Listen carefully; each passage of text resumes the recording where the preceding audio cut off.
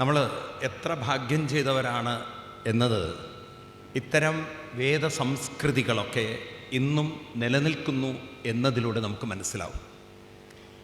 10,000-കണക്കിന് വർഷത്തിൻ്റെ പാരമ്പര്യമുള്ള ഈ വേദസംസ്കൃതി ഇന്നും അത് നശിപ്പിക്കാൻ പറ്റാതെ അത് നിലനിർത്താൻ നമ്മുടെ പൂർവികന്മാർക്ക് സാധിച്ചിട്ടുണ്ട്. ഞാൻ നശിപ്പിക്കുക എന്ന് പറഞ്ഞാൽ അർത്ഥം, ഇവിടെ പാശ്ചാത്യർ ഭരിച്ചിരുന്നു. നമ്മൾ ഓർക്കണം ആ കാലങ്ങളൊക്കെ ഇല്ലേ. ബ്രിട്ടീഷുകാർ ഭരിച്ചു, മുഗളന്മാർ ഭരിച്ചു. ആവും പാടും നമ്മുടെ ഗ്രന്ഥങ്ങളൊക്കെ നശിപ്പിക്കാൻ നോക്കി. കേട്ടിട്ടുണ്ടോ നിങ്ങൾ? കുറേ കടത്തി ഇവിടുന്ന്, കുറേ കത്തിച്ചു. നിങ്ങൾ വേണമെങ്കിൽ ചില കൃതികളൊക്കെ എടുത്ത് നോക്കിയാൽ നിങ്ങൾക്ക് കാണാൻ സാധിക്കും, പലതും അതിൻ്റെ പഴമയിൽ നിന്ന് മാറ്റി വേറെ രീതിയിൽ ദുർവ്യാഖ്യാനം വരെ ചെയ്യപ്പെട്ടിട്ടുണ്ട്, അല്ലെങ്കിൽ തെറ്റായ രീതിയിൽ എഴുതി വെച്ച കൃതികൾ വരെയുണ്ട് ഭാരതത്തിൽ. എന്നാൽ നമ്മുടെ പൂർവികന്മാരുടെ ആ മസ്തിഷ്ക ശക്തി കൊണ്ട്, അതുകൊണ്ടാണ് ഇതിന് ശ്രുതി എന്ന് പറയുന്നത്. ഈ ശ്രുതി എന്നതൊക്കെ ഉണ്ടല്ലോ, നമ്മളിങ്ങനെ പുസ്തകം നോക്കി എഴുതി വെച്ച കാര്യങ്ങൾ മാത്രമല്ല, പരമ്പരകളായി. ഇന്നും നിങ്ങൾ ബ്രഹ്മസം മഠത്തിലൊക്കെ പോയി കഴിഞ്ഞാൽ ആരെങ്കിലും അതൊക്കെ കേട്ടിട്ടുണ്ടോ അറിയില്ല. കുട്ടികളെ വേദം പഠിപ്പിക്കുന്നു, പുസ്തകം നോക്കിയിട്ടല്ല, ഓത്തിലൂടെ പഠിപ്പിക്കുകയാണ്. ചൊല്ലി ചൊല്ലി ചൊല്ലി ആവർത്തിച്ച് ചൊല്ലിപ്പിച്ച് അവരുടെ തലയിൽ ഉറപ്പിക്കുകയാണ്. അപ്പം അങ്ങനെ ചൊല്ലിച്ച് അവരുടെ തലയിൽ തുറയ്ക്കുമ്പോൾ ഒരു പുസ്തകമില്ലാതെ തന്നെ നമുക്ക് ഈ പാരമ്പര്യത്തെ നിലനിർത്താൻ സാധിക്കുന്നുണ്ട്. നിങ്ങൾ പല കൃതികളെടുത്ത് നോക്കിയാലും നിങ്ങൾക്കത് കാണാൻ സാധിക്കും. നമ്മുടെ ഋഷിവര്യന്മാരൊന്നും പുസ്തകം നോക്കിയല്ല പറഞ്ഞു കൊടുത്തത്. അതൊക്കെ പിന്നീട് പാശ്ചാത്യരുടെ കാലത്തുണ്ടായ വിദ്യാഭ്യാസമാണ്. അവർക്ക് പുസ്തകം വേണ്ടായിരുന്നു. കാരണം ഈ അറിവൊക്കെ അവരുടെ തലയിലുണ്ടായിരുന്നു.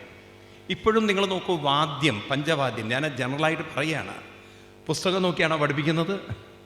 പല കലകളും പുസ്തകം നോക്കിയാണോ പഠിപ്പിക്കുന്നത്? ആണോ? അതിൻ്റെ ആവശ്യമില്ല. കാരണം അതങ്ങനെയാണ് നമ്മുടെ സംസ്കൃതി. ഇപ്പം ഈ വേദം എന്ന വാക്കൊക്കെ ഉണ്ടല്ലോ, നമ്മൾ ഇന്നത്തെ കാലഘട്ടത്തിൽ എനിക്ക് നിങ്ങളോടൊക്കെ പറയാനുള്ളത്, നമ്മളൊക്കെ ഇതിനെക്കുറിച്ച് ചിന്തിക്കുകയും ചർച്ച ചെയ്യുകയും പ്രചരിപ്പിക്കുകയും വേണം. കാരണം നമ്മുടെ കേരളത്തിൽ പ്രത്യേകിച്ച്, ഞാൻ ആരെയും കുറ്റം പറയല്ല, എല്ലാം ഒരു തെറ്റായ രീതിയിൽ സവർണ അല്ലെങ്കിൽ ബ്രാഹ്മണ എന്നൊക്കെ പറഞ്ഞുകൊണ്ട് ഇതിനെ ഒന്ന് തരം താഴ്ത്താൻ ഒരു കൂട്ടർ ശ്രമിക്കുന്നുണ്ടോ? ഉള്ള സത്യം പറയൂ, ഉണ്ടോ ഇല്ലയോ? അതിനെ ഒരു അവജ്ഞയോടെ കാണുന്ന ആളുകൾ, നമ്മുടെ പൈതൃകത്തെ പ്രൊമോട്ട് ചെയ്യാത്ത ഒരു സിസ്റ്റമാണ് നമ്മുടെ കേരളത്തിലുള്ളത്. അതിനൊരു കാരണം നമ്മളൊക്കെ തന്നെയാണ്. കാരണം നമ്മളിതിനെക്കുറിച്ച് ഗൗരവമായി പഠിക്കുന്നില്ല. ഇപ്പം വേദം എന്നൊക്കെ പറഞ്ഞാൽ നമ്മുടെയൊക്കെ ഒരു മനസ്സിലുള്ള ചിന്ത എന്താ വെച്ചാൽ കടിച്ചാൽ പൊട്ടാത്തൊരു സാധനം എന്നാണ്. കാരണം അതിലെ സംസ്കൃത മന്ത്രങ്ങൾ കുറച്ച് തിരുമേനിമാർക്ക് മാത്രം അറിയുന്ന, അതെന്തോ ഒരു പൂർവ്വജന്മ സുഹൃതം പോലെ അവർ മാത്രം കൊണ്ടു നടക്കുക എന്നൊക്കെ നമ്മുടെ ഒരു ധാരണ. എന്നാൽ എനിക്ക് തോന്നുന്നു ഇപ്പോൾ കുറേ വ്യത്യാസം വന്നിട്ട്. ഇപ്പോൾ പുരുഷസൂക്തം അറിയുന്ന ആളുകൾ കൈപൊക്കും. പുരുഷസൂക്തമൊക്കെ പഠിച്ചിട്ടുള്ള ആളുകൾ കുറേ ആളുകളുണ്ടാവും. അമ്മമാർ തന്നെ ധാരാളം. സത്യസായി ഓർഗനൈസേഷൻ പോലുള്ള ഓർഗനൈസേഷൻ ഇപ്പോൾ അത് പ്രചരിപ്പിക്കുന്നുണ്ട്. ഒരുപാട് ഓർഗനൈസേഷൻ പുരുഷസൂക്തം പഠിപ്പിക്കുന്നു. അതുപോലെ തന്നെ ഇവിടെ തന്നെ ബ്രഹ്മസം മഠം, ഇവിടെ ബ്രാഹ്മണ സമൂഹ മഠം പഠിപ്പിക്കുന്നുണ്ട് എറണാകുളത്ത്. ഞാൻ തന്നെ അവരുടെ 1-2 പ്രോഗ്രാം അതിൽ അറ്റൻഡ് ചെയ്യാൻ എനിക്ക് സാധിച്ചിരുന്നു, ഇങ്ങനെ പ്രഭാഷണമായിട്ട്. അപ്പോൾ ഇന്ന് ധാരാളം പ്രചരണം വരുന്നുണ്ട്. അപ്പോൾ നാം മനസ്സിലാക്കേണ്ടത്, നമ്മുടെ ഭാരതത്തിൻ്റെ പൈതൃകം എന്താണ്? ഈ വേദം, വേദം എന്ന് പറയുമ്പോൾ തന്നെ അർത്ഥം അറിവ് എന്നാണ്. വേദം എന്ന വാക്കിൻ്റെ ഒറ്റ വാക്കിൽ അർത്ഥം പറഞ്ഞാൽ എന്താ അർത്ഥം? പറയൂ. അതിന്ന് കുറേ സംസ്കൃത ശബ്ദം നമുക്ക് മനസ്സിലാവും. ഇപ്പം നോക്കൂ നിങ്ങൾ, ഈ നമ്മളൊക്കെ സാധാരണ രീതിയിൽ പറയുന്നത്, ഞാൻ സംസ്കൃതം നമ്മളത്ര പ്രചാരമില്ലാത്തത് കൊണ്ട് പറയുകയാണ് സാധാരണക്കാരുടെ ഇടയിൽ. ഇപ്പം നമ്മൾ വേദം എന്ന വാക്കിൽ നിന്ന് വിദ്വാൻ എന്നൊരു വാക്ക് മലയാളത്തിൽ ഉപയോഗിക്കുമോ? പൊതുവേ ഉപയോഗിക്കുമോ? വിദ്വാൻ എന്ന് പറഞ്ഞാൽ ആരെയാണോ പറയുക? വിദ്വാൻ, അറിവുള്ളൊരാൾ. അപ്പോൾ വിദ്വാൻ ആ വാക്ക് തന്നെ എടുത്തു നോക്കുന്നുള്ളൂ. അപ്പോൾ വേദം എന്ന വാക്കിൽ നിന്നാണ് അതൊക്കെ രൂപപ്പെടുന്നത്. അപ്പം അറിവാണ് വേദം. പിന്നെ എന്തറിവാണ് എന്ന് നോക്കിക്കഴിഞ്ഞാൽ ഇവിടെയുള്ള സകല അറിവുകളെയും വേദത്തിൽ നമുക്ക് കാണാൻ സാധിക്കും, സകല അറിവുകളും. അതുകൊണ്ട് നമ്മുടെ ഋഷിവര്യന്മാർ പറഞ്ഞു, ദ്വേ വിദ്യേ വേദിതവ്യേ, 2 വിദ്യകൾ നമ്മൾ അറിയേണ്ടതുണ്ട്. എത്ര വിദ്യകൾ? 2 വിദ്യകൾ. ഏതൊക്കെയാണ് ഈ 2 വിദ്യകൾ? ഭൗതികവും ആത്മീയവും. അതൊക്കെ ഇന്ന് നമുക്കുണ്ടല്ലോ വളരെ പഠന വിഷയമാക്കേണ്ട കാര്യമാണ്. ഭൗതികവും ആത്മീയവും. ഈ ക്ലാസിഫിക്കേഷൻ ഭാരതത്തിൽ പണ്ടുണ്ടായിരുന്നു. ഭൗതിക വിദ്യയും പറയൂ ആത്മീയ വിദ്യയും. അപ്പോൾ ഈ ഭൗതിക വിദ്യ എന്താണ് ഇന്ന് നമ്മൾ നോക്കുകയാണെങ്കിൽ അവിടെ ജ്യോതിഷം മറ്റ് കാര്യങ്ങളൊക്കെ പറയുന്നുണ്ട്, ഭൗതിക വിദ്യയുടെ ഒരു ക്ലാസിഫിക്കേഷൻ. പക്ഷെ ഇന്നത്തെ കാലഘട്ടത്തിൽ നമ്മൾ നോക്കുകയാണെങ്കിൽ ഇന്നത്തെ നമ്മുടെ വിദ്യാഭ്യാസം എന്ന് പറയുന്നത് മുഴുവൻ ഒരു മനുഷ്യൻ്റെ ഭൗതിക പുരോഗതിക്ക്, ഭൗതിക ആവശ്യങ്ങൾക്ക് വേണ്ടിയുള്ളതായതുകൊണ്ട് അത്തരം അറിവിനെ നമ്മൾ എന്ത് വിളിക്കണം? സ്കൂൾ വിദ്യാഭ്യാസം, കോളേജ് വിദ്യാഭ്യാസം, ടെക്നിക്കൽ എഡ്യൂക്കേഷൻ, മെഡിക്കൽ എഡ്യൂക്കേഷൻ തുടങ്ങിയതെല്ലാം ഏതൊക്കെ ഉണ്ടോ, സ്പേസ് ആയാലും ശരി, എന്തൊക്കെയൊന്നുണ്ടോ, യൂണിവേഴ്സിറ്റികളിലായിട്ടും മറ്റ് ടെക്നിക്കൽ ഇൻസ്റ്റിറ്റ്യൂഷനായാലും IIT-കളിലായാലും മെഡിക്കൽ കോളേജുകളിലായാലും എന്തൊക്കെ വിദ്യാഭ്യാസമുണ്ടോ അതൊക്കെ ഏതിൽപ്പെടുന്നു? ഭൗതിക വിദ്യാഭ്യാസം. കാരണം അതൊക്കെ ശമ്പളം നേടാനും പൈസ ഉണ്ടാക്കി ആഹാരം കഴിക്കാനും അടിച്ചുപൊളിച്ച് ജീവിക്കാനുള്ളതാണ്. ഭൗതികമായ ആവശ്യങ്ങൾക്കുള്ളതാണ്. ആണോ? ആണോ അല്ലയോ? എന്നാൽ ഈ ഭൗതിക വിദ്യാഭ്യാസത്തോടൊപ്പം തന്നെ മനുഷ്യന് മറ്റൊരു അറിവ് കൂടെ വേണം. അതിനെ അറിവെന്ന് വിളിച്ചാൽ ഇന്നിപ്പം നമ്മുടെ സാധാരണ നമ്മൾ പഠിക്കുന്നത് ഇതാണ് അറിവ് എന്നാണ്. ഇപ്പം സരസ്വതി ദേവിയെ നമ്മൾ ആരാധിക്കുന്നു, നമ്മളെല്ലാവരും എഴുത്തിനിരിക്കുന്നു, എല്ലാവരും ഇപ്പം വിദ്യാധനം സർവ്വധനാൽ പ്രധാനം എന്നൊക്കെ പറയുന്നത് സ്കൂൾ എഡ്യൂക്കേഷൻ തന്നെയാണ്. ആണോ? കൂടുതൽ ഊന്നൽ കൊടുക്കുന്നത് അതിന് തന്നെയാണ്. ആണോ? വിദ്യ എന്ന് പറഞ്ഞു കഴിഞ്ഞാൽ നമ്മളെ സംബന്ധിച്ച് സ്കൂൾ വിദ്യാഭ്യാസം തന്നെ അല്ലേ? എന്തൊന്നും വേണ്ടാതെ തന്നെയാണ്. ആണോ അല്ലയോ? ഒരു സ്ഥലത്ത് വേദം പഠിപ്പിക്കുന്നുണ്ട്, ഒരു സ്ഥലത്ത് സ്കൂൾ വിദ്യാഭ്യാസത്തിൻ്റെ കാര്യങ്ങളുണ്ടെങ്കിൽ ഏതിനാ ഊന്നൽ കൊടുക്കുക? സ്കൂൾ വിദ്യാഭ്യാസം. കാരണം അത് ജീവിക്കാൻ അത് വേണം. നമ്മുടെ പൂർവികന്മാർ അതിനെതിരായിരുന്നില്ല. അങ്ങനെ ഒരു ധാരണയും നമുക്കുണ്ടാവരുത്. നമ്മുടെ പൂർവികന്മാർ അതൊക്കെ അംഗീകരിച്ചവരാണ്. അല്ലെങ്കിൽ ആയുർവേദം ഇവിടെ കണ്ടെത്തുമോ? മനുഷ്യ ശരീരത്തിന് എങ്ങനെയൊക്കെ രോഗങ്ങൾ വരുന്നു, അതിനെന്തൊക്കെയാണ് ചികിത്സയെന്ന് ചരക ഋഷിയും അതുപോലെ തന്നെയുള്ള മഹാന്മാരും കണ്ടെത്തിയിട്ടുണ്ടെങ്കിൽ അവർ ഭൗതികമായ കാര്യത്തിന് പ്രാധാന്യം കൊടുത്തിട്ടുണ്ട്. ഉണ്ടോ? ഉണ്ടോ ഇല്ലയോ? ഇങ്ങനെ അനവധി കാര്യങ്ങൾ, ഏത് കാര്യങ്ങളുണ്ടോ അതൊക്കെ നമ്മുടെ പൂർവികന്മാർ പ്രാധാന്യം കൊടുത്തിട്ടുണ്ട്. നിങ്ങൾ നോക്കൂ, കണാദൻ എന്ന് പറയുന്ന ഒരു ആചാര്യനാണ് ആറ്റത്തെക്കുറിച്ച് സംസാരിക്കുന്നത്. നിങ്ങൾ ഭാഗവതത്തിലെ കാബിലയോ ഭാഗ്യം എടുത്തു നോക്കിക്കഴിഞ്ഞാൽ നിങ്ങൾക്ക് ഗൈനക്കോളജി മുഴുവൻ കാണാൻ സാധിക്കും. ഒരു മനുഷ്യ ശരീരത്തിൽ, സ്ത്രീയുടെ ശരീരത്തിൽ എങ്ങനെയാണ് അണ്ഡം രൂപപ്പെട്ട ഒരു കുഞ്ഞായി മാറുന്നെന്നുള്ളത് വ്യക്തമായി എഴുതി വെച്ചിരിക്കുന്നത് കാണാൻ പറ്റും. ഇങ്ങനെ എന്തെല്ലാം അറിവുകൾ നമ്മുടെ പൂർവികന്മാർക്കുണ്ടായിരുന്നു. ഭാരതം ഒന്ന് തുറന്നു നോക്കിക്കഴിഞ്ഞാൽ, നിങ്ങളൊന്ന് ഒരു വിശാലതയിൽ നോക്കിക്കഴിഞ്ഞാൽ മറ്റ് രാജ്യങ്ങൾ, ഇന്നിപ്പോൾ നമുക്ക് ഇൻ്റർനെറ്റ് സൗകര്യങ്ങളൊക്കെ ഉണ്ട്. എനിക്ക് നിങ്ങളോടൊക്കെ പറയാനുള്ളതൊന്ന് സ്വതന്ത്രമായൊരു ചിന്തയോടുകൂടി നോക്കിക്കഴിഞ്ഞാൽ നിങ്ങൾ നോക്കൂ, യൂറോപ്യൻ രാജ്യങ്ങൾ, ആഫ്രിക്കൻ രാജ്യങ്ങൾ, അറബ് രാജ്യങ്ങൾ, ഭാരതം, നമുക്കൊരു ജനറൽ ക്ലാസിഫിക്കേഷൻ ചെയ്യാൻ പറ്റുന്നത് ഈ യൂറോപ്യൻ രാജ്യങ്ങളും അറബ് രാജ്യങ്ങളും ആഫ്രിക്കൻ രാജ്യങ്ങളും ഭാരതവും എടുത്തു നോക്കിക്കഴിഞ്ഞാൽ, ചൈനയും ഇരിക്കട്ടെ, ഈ രാജ്യങ്ങളൊക്കെ എടുത്തു നോക്കിക്കഴിഞ്ഞാൽ കൂടുതൽ കലകളുടെ വൈവിധ്യമുള്ള രാജ്യം ഏതാണ്? സത്യം പറയണം, പറയൂ. ഇപ്പം നമ്മുടെ കൊച്ചു കേരളത്തിൽ തന്നെ എടുത്തു നോക്കൂ നിങ്ങൾ, തായമ്പക, പഞ്ചവാദ്യം, അതൊരു അറിവല്ലേ? അറിവാണോ? ആ മേളത്തിനും ഒരു അറിവുണ്ടല്ലോ, ഉണ്ടോ? പറയൂ. അതുപോലെ തന്നെ സംഗീതത്തിൽ തന്നെ നമുക്ക് കർണാടിക് മ്യൂസിക്, ഹിന്ദുസ്ഥാൻ മ്യൂസിക്, ഇവിടെ കേരളത്തിൻ്റെ അക്ഷരശ്ലോകങ്ങൾ, നമ്മുടെ നാടൻ പാട്ടുകൾ, വൈവിധ്യങ്ങളില്ലേ? ഉണ്ടോ? ഉണ്ട്. ഇനി നിങ്ങൾ മറ്റ് നൃത്തത്തിൻ്റെ കാര്യത്തിലായാലും ഏതൊക്കെ നിങ്ങൾ നോക്കൂ, ഭാഷയുടെ കാര്യത്തിലായാലും ഭക്ഷണത്തിൻ്റെ കാര്യത്തിലായാലും വസ്ത്രത്തിൻ്റെ കാര്യത്തിലായാലും ഏതൊക്കെ മേഖലകളിലേക്ക് നോക്കിയാലും ഈ വൈവിധ്യം ഭാരതത്തിലില്ലേ? ഇതൊക്കെ കണ്ടെത്തിയിട്ടില്ലേ ഭാരതം? പറയൂ. അപ്പം അറിവിൻ്റെ ഒരു വൈവിധ്യത ഇവിടെ ഉണ്ടായിട്ടുണ്ടോ? ഉണ്ടായിട്ടുണ്ടോ? ഇത്ര വൈവിധ്യത നിങ്ങൾക്ക് കാണാൻ പറ്റില്ല. ഇപ്പോൾ യൂറോപ്പിൽ ഞാൻ അമേരിക്കയുടെ ഒരറ്റം മുതൽ അറ്റം വരെ സഞ്ചരിച്ച ആളാണ്. ഇംഗ്ലീഷ് ഭാഷയാണ് കോമൺ. പിന്നെ കുറച്ച് പേര് സ്പാനിഷ് സംസാരിക്കുന്നു, കുറച്ച് പേര് ഫ്രഞ്ച് സംസാരിക്കുന്നു, അത്രയേ ഉള്ളൂ. അത് അവരൊക്കെ കുടിയേറ്റ കാര്യമാണ്. ആഹാരം നോക്കിക്കഴിഞ്ഞാൽ ഏറെക്കുറെ 99% സെയിം. ഇനി നിങ്ങൾ സായിപ്പിനെ നോക്കിക്കോളൂ, ഇവിടെ വരുന്ന സായിപ്പിനെയൊക്കെ നോക്കിക്കഴിഞ്ഞാൽ ഒന്നുകിൽ പാൻറ് അല്ലെങ്കിൽ ട്രൗസർ, ബർമൂഡ ഇട്ട് നടക്കും. ആണോ? ആണോ അല്ലയോ? ഇപ്പം നമ്മുടെ ഇവിടെ തന്നെ ഇരിക്കുന്ന അമ്മമാർ എന്ത് വൈവിധ്യസാരികളാണ്. ചിലർ സെറ്റ് മുണ്ട് കൊടുത്തിരിക്കുന്നു. ഉണ്ടോ? ഈ വൈവിധ്യം നമുക്കല്ലേ ഉള്ളൂ. ആണോ അല്ലയോ? നമ്മുടെ സംസ്കൃതി, ഭാരതത്തിൻ്റെ സംസ്കൃതി, ഇനിയിപ്പോൾ നോർത്ത് ഇന്ത്യക്കാർ മുണ്ടെടുക്കുന്നതും സൗത്ത് ഇന്ത്യക്കാർ മുണ്ടെടുക്കുന്ന ഒരുപോലെയാണോ? ഈ വൈവിധ്യത ഞാൻ പറയണത് ഇതെല്ലാം അറിവ് തന്നെയാണ്. ആണോ? അറിവാണോ ഇതൊക്കെ? ഈ അറിവിൻ്റെ വൈവിധ്യത ഭാരതത്തിലാണ്. അതുകൊണ്ട് ഭാരതം ഏതറിവിനെയും ഉൾക്കൊള്ളാൻ പ്രാപ്തമാണ്. കാരണം ഇതിൽ അത്രയും വൈവിധ്യത ഉണ്ട്, ഇനിയും വൈവിധ്യതയാവാം. അതുകൊണ്ടൊന്നും നമ്മുടെ ഭാരത ഋഷിവര്യന്മാർ പറഞ്ഞിട്ടില്ല നമുക്ക് അരുത് എന്നുള്ളത്. ഏതും ഉൾക്കൊള്ളാൻ ശൃണ്വന്തു വിശ്വ, ഋഗ്വേദത്തിലെ വരികളാണ്. ശൃണ്വന്ന് കേൾക്കൂ, തുറന്ന് കേൾക്കൂ എന്നുള്ളതാണ്. എല്ലാറ്റിനെയും ഉൾക്കൊള്ളുന്നൊരു സംസ്കൃതി, എല്ലാറ്റിനെയും അപ്രിഷ്യേറ്റ് ചെയ്തൊരു സംസ്കൃതി. വേദവ്യാസ മഹർഷി തന്നെ എഴുതി വച്ചിരിക്കുന്നത് നോക്കിക്കൊണ്ടാണല്ലോ പറഞ്ഞത്, വ്യാസോച്ഛിഷ്ട ജഗത്സർവം എന്നാണ്. ഭഗവാൻ പറയാത്തതായി ഈ ലോകത്തിലൊന്നും ഇല്ല. ഭാരതത്തിൻ്റെ ആ വൈവിധ്യത അതിനെ അംഗീകരിക്കണ്ടേ, അതിനെ ബഹുമാനിക്കണ്ടേ, ആദരിക്കണ്ടേ? എന്താ ഒന്നും മിണ്ടാത്തത്? വേണോ വേണ്ടയോ? നമുക്കൊരു അഭിമാനം വേണ്ട. അങ്ങനെ ഒരു സംസ്കാരത്തിലാണ് ഞാൻ ജനിച്ചത്, ഇത്ര വൈവിധ്യതയുള്ളൊരു സംസ്കാരത്തിലാണ് നമ്മൾ ജനിച്ച്. അഭിമാനം വേണ്ടേ? പറയൂ നിങ്ങൾ. ഇതാണ് ഹിന്ദു മതമെങ്കിൽ ഞാൻ ഹിന്ദു എന്ന് പറയുന്നതിൽ അഭിമാനിക്കണ്ടേ? ഈ കേരളത്തിൽ കുറേ തലതിരിഞ്ഞുണ്ട്. അവർ വിചാരമൊക്കെ പാശ്ചാത്യരാണ് ശ്രേഷ്ഠന്മാർ. ഇന്ന് യൂറോപ്യൻ രാജ്യങ്ങൾ ഭാരതത്തിൻ്റെ സംസ്കൃതിയിലേക്കാണ് കടന്നു വരുന്നത്. ആണോ?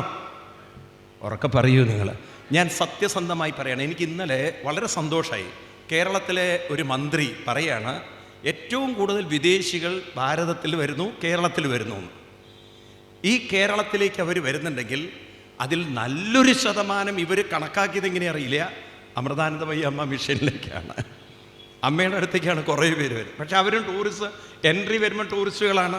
ആ വിസ സ്റ്റാമ്പ് ചെയ്ത് കഴിഞ്ഞാൽ പിന്നെ കുറേ പേര് വരുന്നത് ഇവിടെ മെഡിറ്റേഷൻ പഠിക്കാനും യോഗ പഠിക്കാനും അങ്ങനെയുള്ള കാര്യങ്ങളിലാണ്. നിങ്ങൾ വേണമെങ്കിൽ ഞാൻ ചലഞ്ച് എടുക്കുക പറയുകയാണ് നിങ്ങളോട്, ആലപ്പുഴ പോയി കഴിഞ്ഞാൽ ബോട്ടിൽ പോകുന്ന വിദേശികളുടെ എണ്ണം എടുത്ത് നോക്കുക, ഈ എറണാകുളത്ത് കറങ്ങുന്ന വിദേശികളുടെ എണ്ണം എടുക്കുക. അതിനേക്കാൾ കൂടുതൽ ഒരു പക്ഷേ അമ്മയുടെ ആശ്രമത്തിൽ നിങ്ങൾക്ക് ധ്യാനത്തിനും ജപത്തിനും വന്നവരെ കാണുമോ ഇല്ലയോ? സത്യം പറയൂ നിങ്ങൾ. സത്യമാണോ ഞാൻ പറയണത്? ആണോ?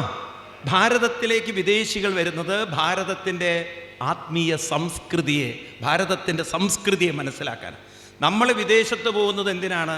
കുറച്ച് ദിവസം അടിച്ചു പൊളിച്ച് ജീവിക്കാൻ തന്നെയാണ്. വേറെ അവിടുത്തെ സംസ്കാരം പഠിക്കാൻ ആരെങ്കിലും നിങ്ങൾ ഇവിടുന്ന് പോയിട്ടുണ്ടോ?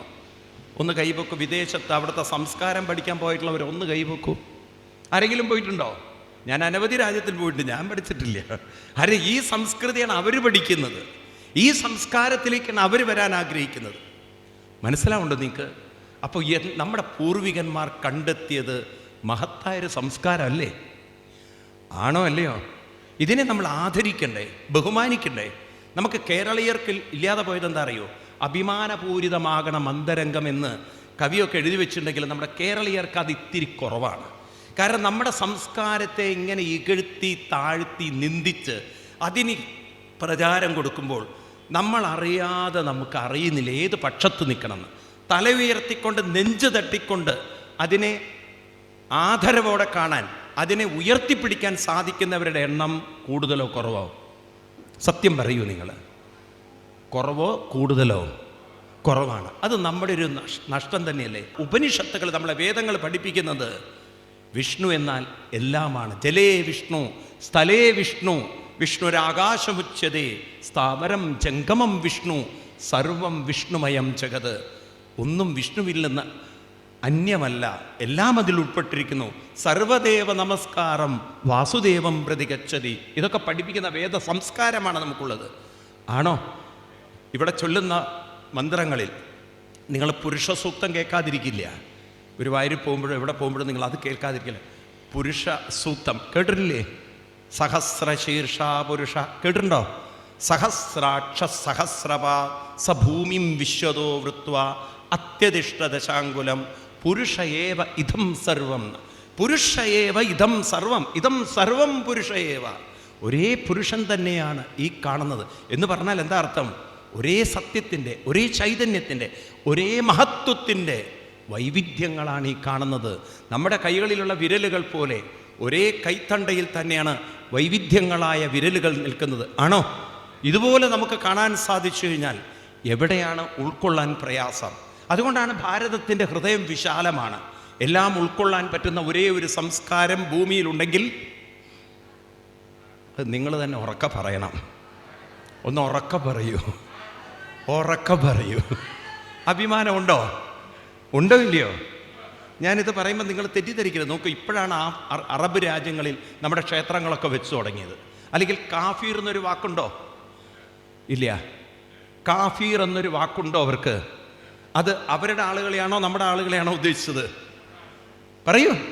നമുക്കങ്ങനെ ഒരു വാക്ക് നമ്മളെ പഠിപ്പിച്ചിട്ടുണ്ടോ? ഉണ്ടോ ഇല്ലയോ? ഇനിയിപ്പോൾ ക്രിസ്ത്യൻ മതത്തിലായാലും നോക്കൂ, ഇപ്പോഴാണ് അവർ മര്യാദക്കാരായത്.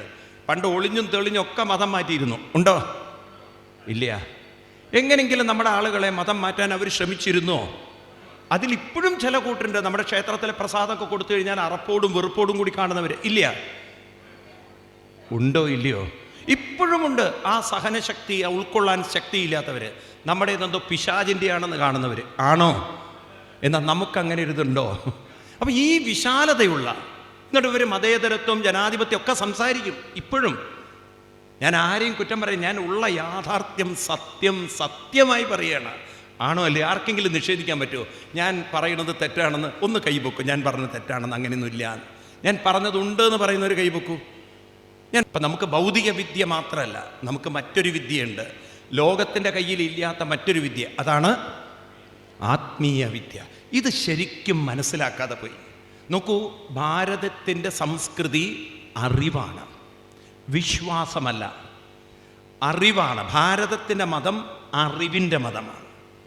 മറ്റതെല്ലാം വിശ്വാസമാണ്. ഓൾറെഡി അവർ വിശ്വസിപ്പിക്കുകയാണ്. ഇവിടെ വിശ്വസിപ്പിക്കുകയല്ല, ഇവിടെ നമ്മളെ അറിയിപ്പിക്കുകയാണ്. അറിവ് തരികയാണ്. അപ്പം നമുക്ക് എന്ത് അറിവാണ് തരുന്നത്? നമ്മളെക്കുറിച്ചുള്ളൊരറിവ്. അതാണ് ആത്മവിദ്യ.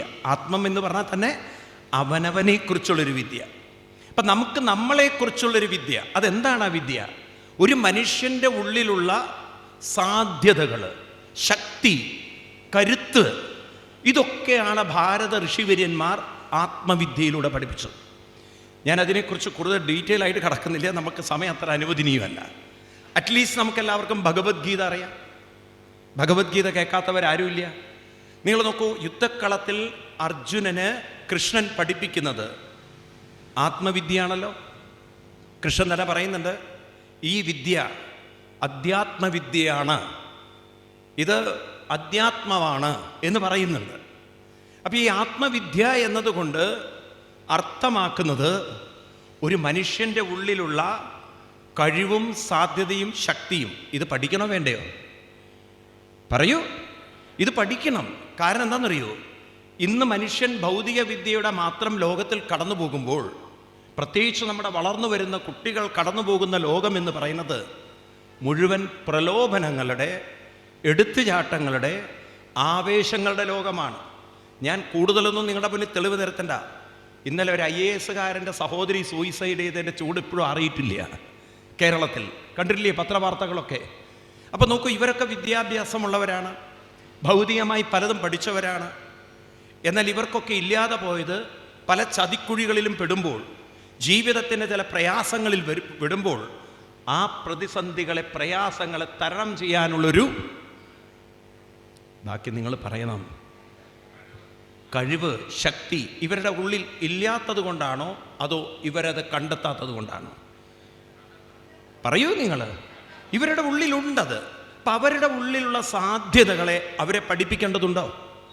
അതുപോലെ നമ്മുടെ ജീവിതത്തിൽ കടന്നു വരുന്ന പ്രയാസങ്ങൾ, അതിനെങ്ങനെ അഭിമുഖീകരിക്കണം, പ്രതിസന്ധികൾ എങ്ങനെ തരണം ചെയ്യണം, പ്രലോഭനങ്ങൾ അതിനെങ്ങനെ നമ്മൾ മനസ്സിലാക്കണം, അതുപോലെ തന്നെ എന്തെങ്കിലും ഒരു കുഴിയിൽ പെട്ടാൽ തന്നെ എങ്ങനെ അതിൽ നിന്നും സധൈര്യം പുറത്തു കിടക്കണം. ഇത് നമ്മുടെ കുട്ടികളെ പറഞ്ഞ് മനസ്സിലാക്കി അവർക്കതിനുള്ള കഴിവും പ്രാപ്തിയും നേടിക്കൊടുക്കേണ്ടതുണ്ടോ? നിങ്ങളുണ്ട് എന്ന് പറയുകയാണെങ്കിൽ ആത്മവിദ്യ പഠിപ്പിക്കണം. അങ്ങനെയൊന്ന് വേണോ? എന്താ ഒന്നും മിണ്ടാത്തത്? വേണോ വേണ്ടയോ? ഇന്ന് നമ്മുടെ കുട്ടികളുടെ മുന്നിൽ പ്രയാസങ്ങളും പ്രശ്നങ്ങളും കൂടുതലാണോ? പണ്ടത്തേതിനേക്കാളും ഉണ്ടോ? പുറത്തിറങ്ങിക്കഴിഞ്ഞാൽ നമുക്കറിയാം ലഹരിയുടെ പ്രലോഭനങ്ങളുണ്ട്. ഉണ്ടോ? കുറച്ചുകൂടി പ്രായമായി കഴിഞ്ഞാൽ, കൗമാരത്തിൻ്റെ പ്രായമായി കഴിഞ്ഞാൽ എട്ടും പൊട്ടും തിരിയാതെ പ്രേമത്തിൽ ചെന്ന് വീഴുന്നവരുണ്ട്. ഉണ്ടോ? അതും കഴിഞ്ഞ് ഏതൊക്കെയോ ജോലിക്കോ എന്തൊക്കെയോ മെനക്കെട്ട അവസാനം അതൊന്നും കിട്ടാതെ നിരാശയിൽ പോകുന്നവരുണ്ട്. ഉണ്ടോ? കുറേ പൈസ ഉണ്ടാക്കി അത് എവിടെയൊക്കെയോ പോയി ഇൻവെസ്റ്റ് ചെയ്ത്. ഞാൻ നിങ്ങളോട് വെറുതെ പ്രഭാഷണം പറയല്ല, യാഥാർത്ഥ്യങ്ങൾ പറയാണ്. ഞാൻ കാസർഗോഡ് പോയപ്പോൾ എൻ്റെ മുന്നിൽ ഒരു മനുഷ്യൻ വന്നു. ഒരു 10-60 വയസ്സുണ്ടാവും, 60-65 വയസ്സുണ്ടാവും. എന്നോട് പറഞ്ഞു, സ്വാമി ഞാൻ സൂയിസൈഡ് ചെയ്യണമെന്ന് വിചാരിക്കുകയാണ്. ഞാൻ പറഞ്ഞു, ഞാൻ അതിൻ്റെ ട്രെയിനറല്ല എന്ന്. ഞാൻ സത്യം പറഞ്ഞു, എനിക്ക് അതിൻ്റെ ട്രെയിനിങ് അറിയില്ല. ഞാൻ കേട്ടിട്ടില്ലെങ്കിൽ ഒരു കയറ് മേടിക്കുക, തൂങ്ങുക, അത്രയേ ഉള്ളൂ എന്ന്. ഞാൻ അത്ര നിസ്സാരമായി കണ്ടു. കാരണം അങ്ങനെ തൂങ്ങി മരിക്കുന്നവരാരും ഒന്നും പറയാറില്ലേ. ചോദിച്ചു എന്താ പറ്റിയതെന്ന്. അദ്ദേഹം പറഞ്ഞു, ഞാൻ കിട്ടിയ പണം മുഴുവൻ ഒരു കമ്പനി തുടങ്ങി, അത് മുഴുവൻ പൊളിഞ്ഞ് പാപ്പറായിരുന്നു. ഞാൻ പറഞ്ഞു, കേരളത്തിലല്ലേ സംഭവിച്ചില്ലെങ്കിലേ അത്ഭുതമുള്ളൂ. കാരണം കേരളത്തിൽ രക്ഷപ്പെട്ടവരുടെ എണ്ണം കുറവാണ് ഇത്തരം കാര്യങ്ങളിൽ. അങ്ങ് പൊളിഞ്ഞതാര് അത്ഭുതമില്ല, എത്രയോ ആളുകൾ പൊളിഞ്ഞു പോയിട്ടുണ്ട്, അവരെ കൂട്ടത്തിൽ അങ്ങും. അപ്പം ചോദിച്ചു, ആത്മഹത്യ ചെയ്തുകൊണ്ട് അങ്ങയുടെ പ്രശ്നം തീരുവച്ചു. അല്ല, ആത്മഹത്യ ചെയ്തുകൊണ്ട് തൽക്കാലം ഞാനിവിടുന്ന് രക്ഷപ്പെടുമല്ലോ, എനിക്കിനി ആളുകൾ അഭിമുഖീകരിക്കണ്ടല്ലോ. ഞാൻ പറഞ്ഞു, മനുഷ്യ ആര് പറഞ്ഞു നിങ്ങൾ അഭിമുഖീകരിക്കേണ്ടെന്ന്? നിങ്ങൾ മനസ്സിലാക്കില്ലേ, നിങ്ങൾ ആത്മഹത്യ ചെയ്തു പോയാലും നിങ്ങളുടെ വീട്ടുകാരെ നാട്ടുകാരെന്താ പറയുക, ഓ ഇവരുടെ അച്ഛൻ ആത്മഹത്യ ചെയ്ത്, ഇവരുടെ നിങ്ങളുടെ മക്കളെ നിങ്ങളുടെ പേരക്കുട്ടികളെ നോക്കിക്കൊണ്ട്, ഇത് ഈ കുട്ടിയുടെ മുത്തച്ഛനാണ് ആത്മഹത്യ ചെയ്തത്, ഈ കുട്ടിയുടെ മുത്തച്ഛൻ. ഇത് കേൾക്കുന്നത് നിങ്ങളുടെ കുട്ടികൾക്ക് ഇഷ്ടപ്പെടുമോ? ഇഷ്ടപ്പെടുമോ? പറയൂ. ഈ വാക്കുകൾ നിങ്ങളുടെ കുട്ടികൾക്ക് അങ്ങനെ കേൾക്കുന്നതിന് വിരോധം നിങ്ങൾ പോയി മരിച്ചോ? അപ്പോൾ അദ്ദേഹം ചോദിച്ചു, സ്വാമി ഇതിന് വേറെ ഓപ്ഷൻ ഉണ്ടോ എന്ന്. ഞാൻ പറഞ്ഞൊരു ഓപ്ഷനേ ഉള്ളൂ. എന്ത്? ഒറ്റ ഓപ്ഷൻ, ഭഗവത്ഗീത പഠിക്കുമെന്ന്. അപ്പോൾ അദ്ദേഹം പറഞ്ഞു, എൻ്റെ കൂടെ വരട്ടെ എന്ന്. ഞാൻ പറഞ്ഞിപ്പം വേണ്ട, അതിന് സമയമാകുമ്പോൾ വന്നാൽ മതി, ഏതായാലും ഇത് പഠിക്കൂ നിങ്ങൾ.